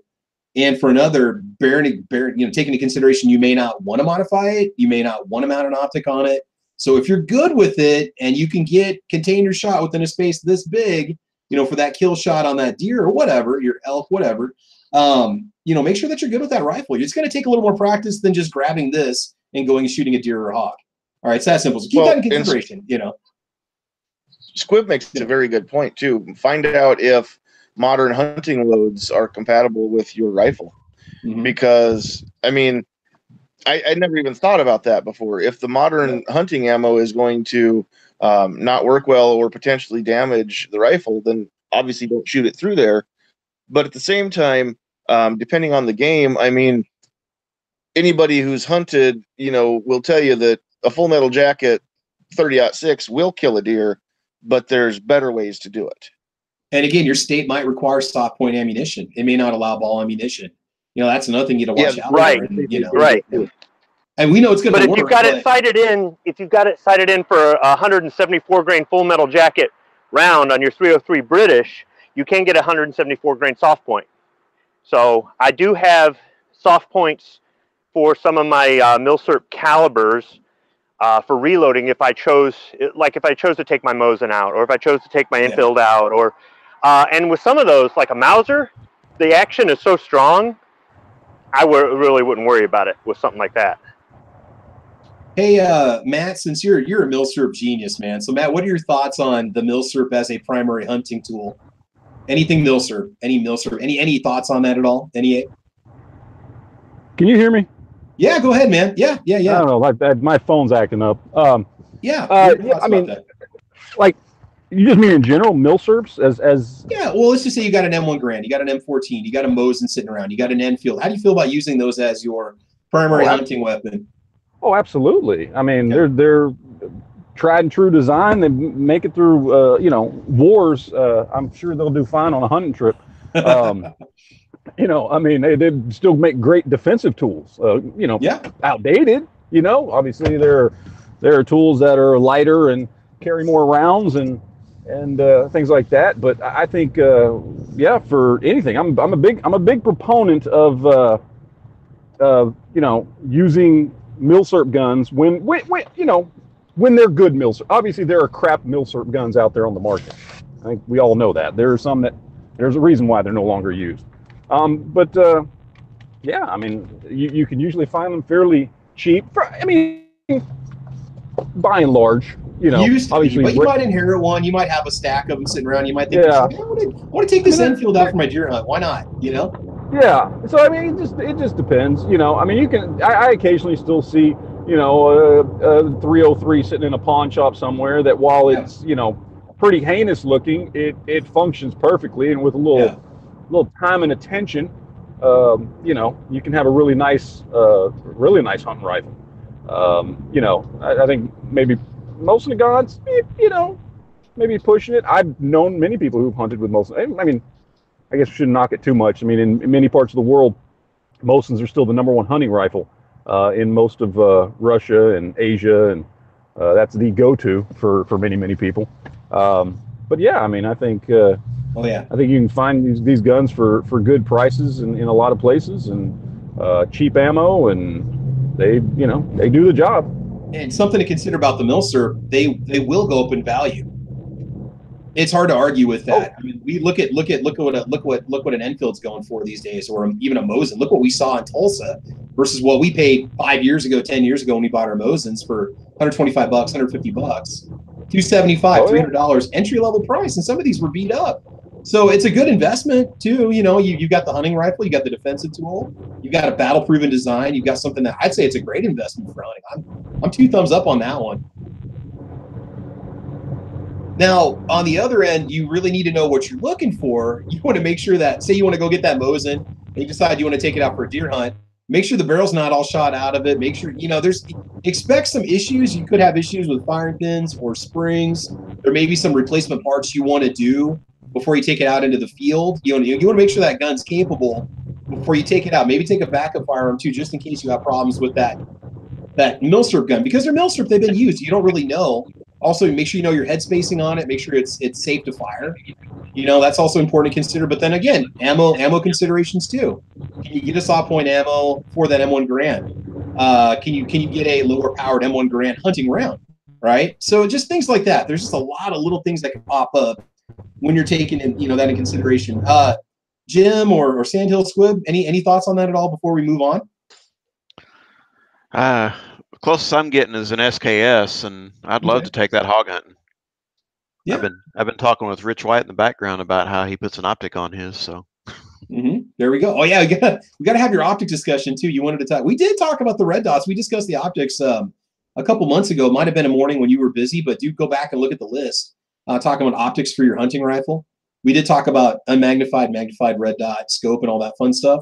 So we didn't really talk about mounts, but again, there's a ton of information out there. I mean, I've seen little mounts that take the place of your iron sight mounts on your Mosin. You can put a little scout style scope on that with a little Picatinny section that it adds to it. So my whole magnified versus unmagnified question is more about ARs than anything. Okay. But I think I've decided I'm going magnified on the new one and see how it works. How about getting, like, say, a red dot and then get a 3x magnifier? You can just put on the rail behind it, so you can flip it in or flip it out if you want to use it or not. Yeah, it's something to consider too. Okay. I got to play with a couple options. I'm gonna find a friend and mess with theirs. I mean, otherwise, if you got $1,500 sitting around, an ACOG doesn't ever seem to let anybody down. Well, yeah, or a fake hog for $80 off eBay. I still want to try one of those. So you got options. That 3x magnification seems to work well. I don't know for how far out you could safely take it or want to take it, but it's going to work. I'm waiting for the Travis P11 tabletop review of the fake hog. I think we need to order one of those. I think that definitely needs to be something on the wish list. So yeah. I know, man. I'm telling you. There's other videos out there on those fake hogs, and there's a couple different companies that make them. Terminus Optics is the company that makes the one that you guys are interested in a ACOG clone. It's not the same thing, but it works. It'll keep zero and work. Check out the Terminus Optics ACOG fake hog scope. So, but anyway, yeah. So back to the idea for the Milsurp. So yeah, I would say go with it, but do understand ammo limitations, parts availability. Is the barrel shot out that you can't hit the broadside of a barn at 25 yards with it? Just know what you're getting into if you decide to take that Milsurp out hunting. So we say yes. There's really, I think, only 2 reasons you should take a Milsurp out hunting. Okay. One is it's the only rifle you got. Okay. Or 2, you want the challenge. and when I say the only rifle you got, I guess the only rifle you've got in the legal caliber to go do that particular type of hunt. Otherwise, these weapons, they can be accurate with the right amount of training, but you're probably going to be more accurate with a commercial gun. Yeah. And ammo could be cheaper and blah blah blah. Especially if you're sighting it in and practicing with it, the ammo costs are going to go up. But if it was, well, let's see. You know, I've got all these Remington and Savage and all these other really nice bolt actions, and I've got my Mosin and a gun. What do I want to take hunting? Well, I always bag a deer with all these rifles. I want a challenge this year. Then take the Mosin out. You know, and it does give you bragging rights. You know, I took a deer with a Mosin with iron sights. You know what, man? Rich White makes a good third point that you didn't mention. He goes, nice thing about hunting with the mil-spec SKS, if the animal charges you, you can always deploy the bayonet.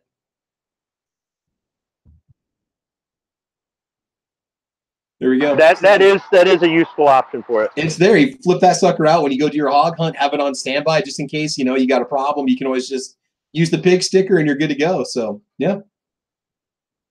All right. So now the last topic that we have, talking about Milsurps. Milsurps for concealed carry. They're cheap.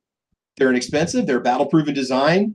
Would you conceal carry a Milsurp? Or if so, what kind of recommendations could we throw out there? What do you need to take into consideration if you're gonna conceal carry a Milsurp firearm? Which, again, a lot of these guns, when they were designed, were not designed for necessarily concealed carry. They were designed for an outside-the-waist, leather holster, flap holster, outside-the-waistband kind of carry. But would you guys ever consider concealed carrying anything Milsurp in terms of handguns? Your thoughts on that? What do you guys think? I think we need to get Matt back in here. Look who just showed up. Man, I driving through some of the shittiest no cell service. I think I'm good now, though. Were you going out to Waco? Okay, so Matt, tell us something. What are your thoughts about military surplus? Matt, what are your thoughts on military surplus for concealed carry piece? Shit. Now I can't. We'll take that as a no. All right, so he'll come back. He'll come back, and we'll have a signal. We'll be able to chat with him. Okay, so guys, what do you think? The Makarov, what do you guys think? Maybe those Star B handguns. What are you guys' thoughts on that? Would you ever conceal carry something like that? I'd probably consider that Star. Is it BM? Star Model BM or whatever. Of course, I'm taking Matt's word for it, but that seems like isn't that kind of a quasi? Matt, you there? Yeah, it's a great little gun. Yeah, it's fantastic. I mean, if you like 1911s, you'll love that gun. It is internally, functionally, there's some obvious differences with it, but it just feel and fit just in the hand. It feels like you're carrying a little, commander sized ish 1911. That's in 9mm. Trigger's a little bit different. It does have a rocking trigger. It doesn't pull straight back, but it's still a nice, light, crisp trigger. Single action. Controls are all the same. If you like 1911s, it's a good go-to, and it's one of the more modern Milsurps out there on the market. In that, these things were being used by police over in Spain up until the 2000s. So they were being actively manufactured, I think, all throughout the 90s. So if you're looking at something like that, it's one of the better choices. I still love Makarovs and all these other guns, and I'd be comfortable carrying any one of them. But that's for somebody who is not into Milsurps, that's probably the one that makes the most sense. So Matt, what are your recommendations for concealed carry of a Milsurp? Would that be something you'd ever consider? You said carry, but what about concealed carry? Are they too bulky? Is the ammo underpowered, not counting the Star, like the 7.62x25 or the 9x18 Makarov? What do you think about that as a concealed piece? Look, I know there are caliber snobs out there, and it's 45 or nothing, or it's 40 or nothing, and whatever. I've never gotten into that. I mean, yeah, if you want to carry around a 22, then I might be like, okay, well, maybe that shouldn't be your go-to, right? Yeah. But I mean, let's be honest. As far as concealed carry goes, I mean, first of all, the act of having a gun stops 99% of bad things from happening. And then you look at the situation, just shooting at somebody, much less if you actually did hit them once, with any caliber is, 999 times out of 1,000 going to stop somebody from doing whatever they're doing, and they're going to go away. That being said, I mean, 7.62 or 9x18 Mac is a proven round. It's been proven in many Eastern Bloc countries to be an effective round for military, for police. It will do what it needs to do. 7.62 by 25 is just an amazing little round. Unfortunately, it's not very common to find nowadays outside of ordering online. I'm sure there are some shops that carry it, and it's all, I don't think anybody's manufacturing new 7.62 by 25.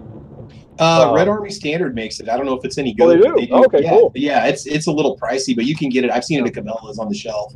Cellular and Below, PPU, and Winchester all make it brand new. Oh, nice. I'm out of the loop then. Like I said, you're going to pay for it. You might be looking at $14, $15 a box for 50. Yeah. But think about it. For the 9x18 like 25. You can get critical defense ammo in 9x18.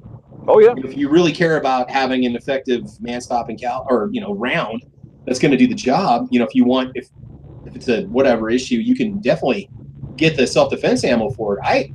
And again, if you're going to buy one of these Milsurps handguns, there might be some springs you want to change out. So you get that radon P64, you might want to change out the springs. Oh, you don't have the 25-pound, you don't have the 25-pound pull. So you pull a Jules, you fire 5 times, and they miss at you. That thing is hellacious. Yeah. So you think about changing out the springs. Check your barrel condition. Make sure it's going to function with a variety of ammunition. Magazines. Are the magazine springs going to function the way they need to, or are they going to nosedive? There's a lot of little things to consider if you're going to conceal carry. Obviously, we're not opposed to it. And again, it's a Milsurp, which means the price is going to go up over time. As an investment piece, why not? So yeah, those Star Ps are definitely something to check out. Oh yeah, and in fact, I even saw them on sale. Somebody, I can't remember, it was Classic or whatever, put them on sale again, just like they did for Black Friday for $199. Man, they must have like boatfuls of those things.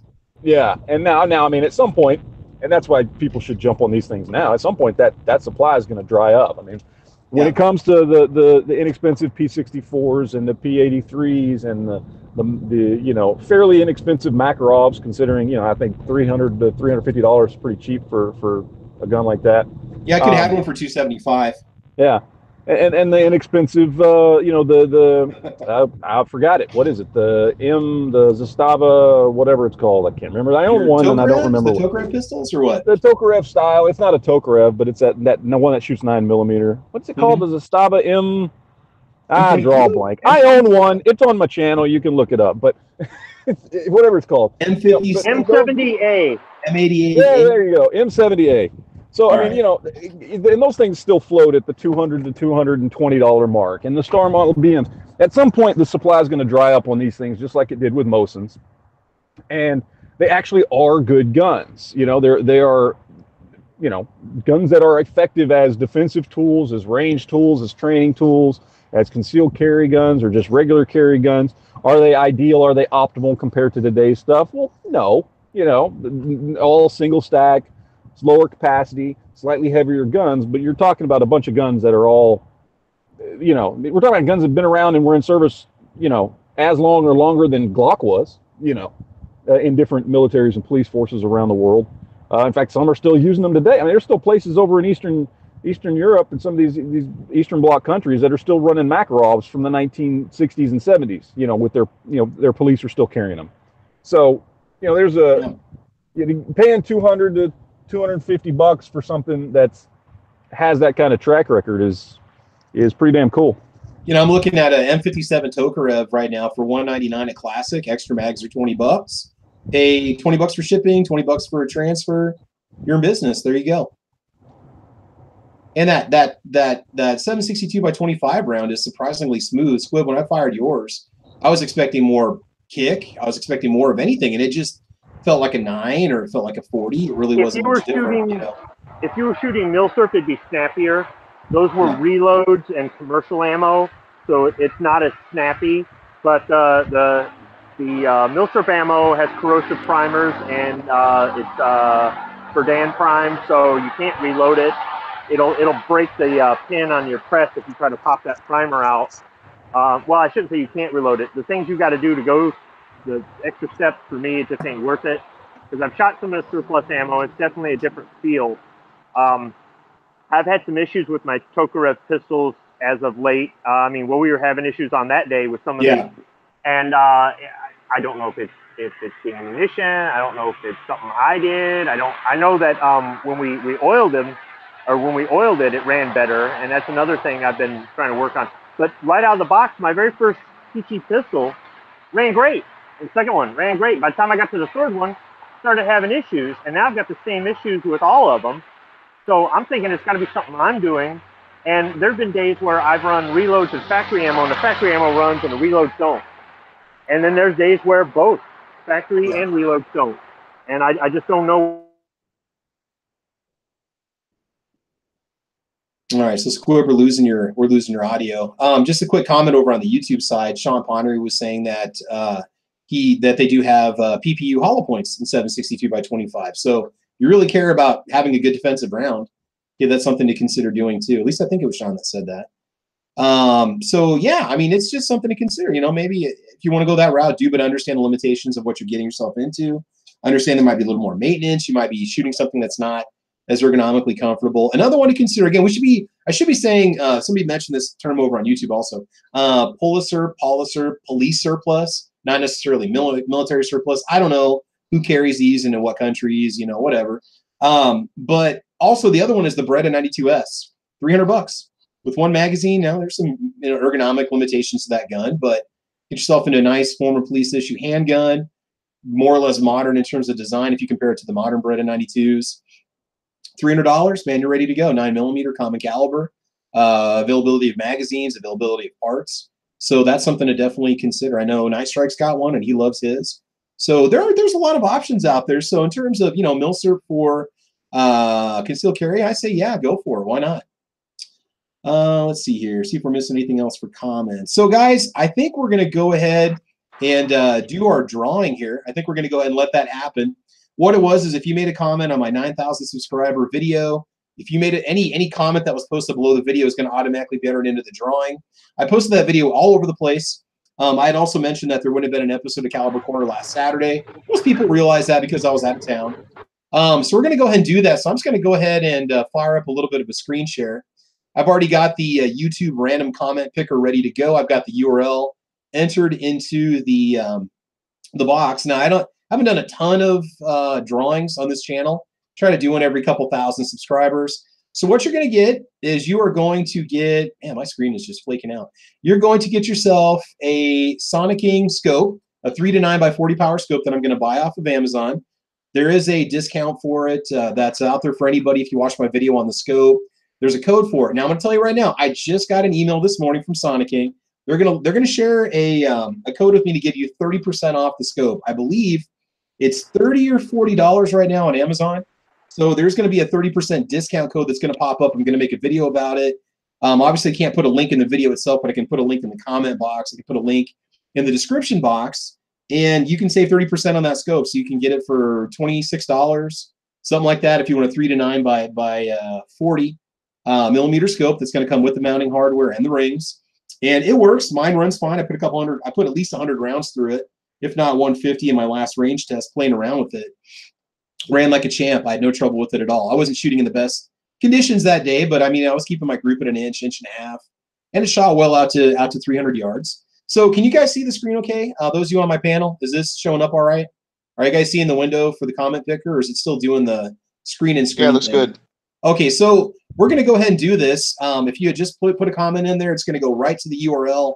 It's going to filter out duplicate users. So if you put 50 or 60 comments in there, you're only going to be entered one time. This is for anybody. It could be anybody on the panel. It could be anybody that watched the video. All you got to do is PM me through YouTube. Just give me some sort of a mailing address, and I'm going to go ahead and ship the scope to you. All right? So it's kind of my thank you guys for being awesome viewers. I like to put things back into the channel. I've got Patreon subscribers also, and I try to give you guys early access to my videos. That money goes towards the channel. That money also helps support a few other gun channels out there. So let's do this. Let's go ahead and put the URL in. 47 unique commenters. I think there was about 250 people that watched the video.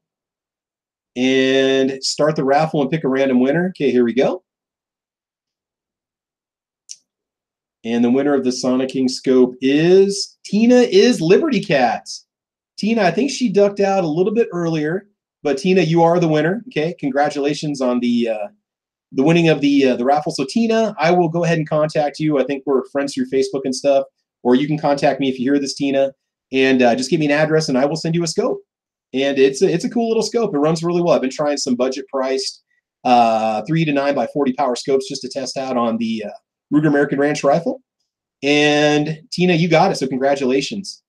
All right, guys. We're going to go ahead and wrap it up. It's been a solid 2 hours. Got to start the weekend. Got a lot of stuff going on. You're going to be seeing a ton of videos from me. Spent most of yesterday making videos for the channel, and I'm going to be putting a video up about every 3 days. I'm going to be putting the videos up later in the afternoon on my channel. I'm going to be shooting for a 2 o'clock Central Time release time for the videos. Just because when I send them in the morning, sometimes I don't always get much of a reception. I think people forget about it, maybe run out of time to watch the video. So I'm going to post them in the afternoon, see what happens. I've had better responses from you guys, a better reception overall over the last week with the videos I've been putting up. And I got a bunch of them in the cache. So if you got something specific you want to see, feel free. You can always email me at, I believe it's thecalibercorner@gmail.com. The links are in all my videos. And make sure you check out the channel. So before we finish up here, let's go ahead and run it through the panel. You guys can say any final words if you want. I appreciate your patience. I appreciate your time hanging out with us today. Again, the topic of the significant other and going on a hunting trip, it might not be something that appeals to everybody. But look what I did just for my friends, my buddy and his wife. We got them now into firearms, into self-defense. They enjoy shooting now. The family's comfortable with the idea. It just takes one little range trip and just doing it the right way. And you can bring another person into the family of firearms owners. All right, it's that simple. So, Jim, let's go and start with you. Any final words before we go ahead and call it? I'm just gonna echo what you said. It's always good to bring someone into it if you can, or renew someone's interest. There's a few guys I've known that just renewing their interest would, has been kind of a good thing too. So yeah, take your friends to the range. Yeah, do it. I've done that several times and made many fans out of just getting into guns and firearms and shooting, just taking them that first trip. It's all it takes. Awesome. All right, so moving on. Matt, is there anything you'd like to plug? Anything you want to share with us at all today before we call it?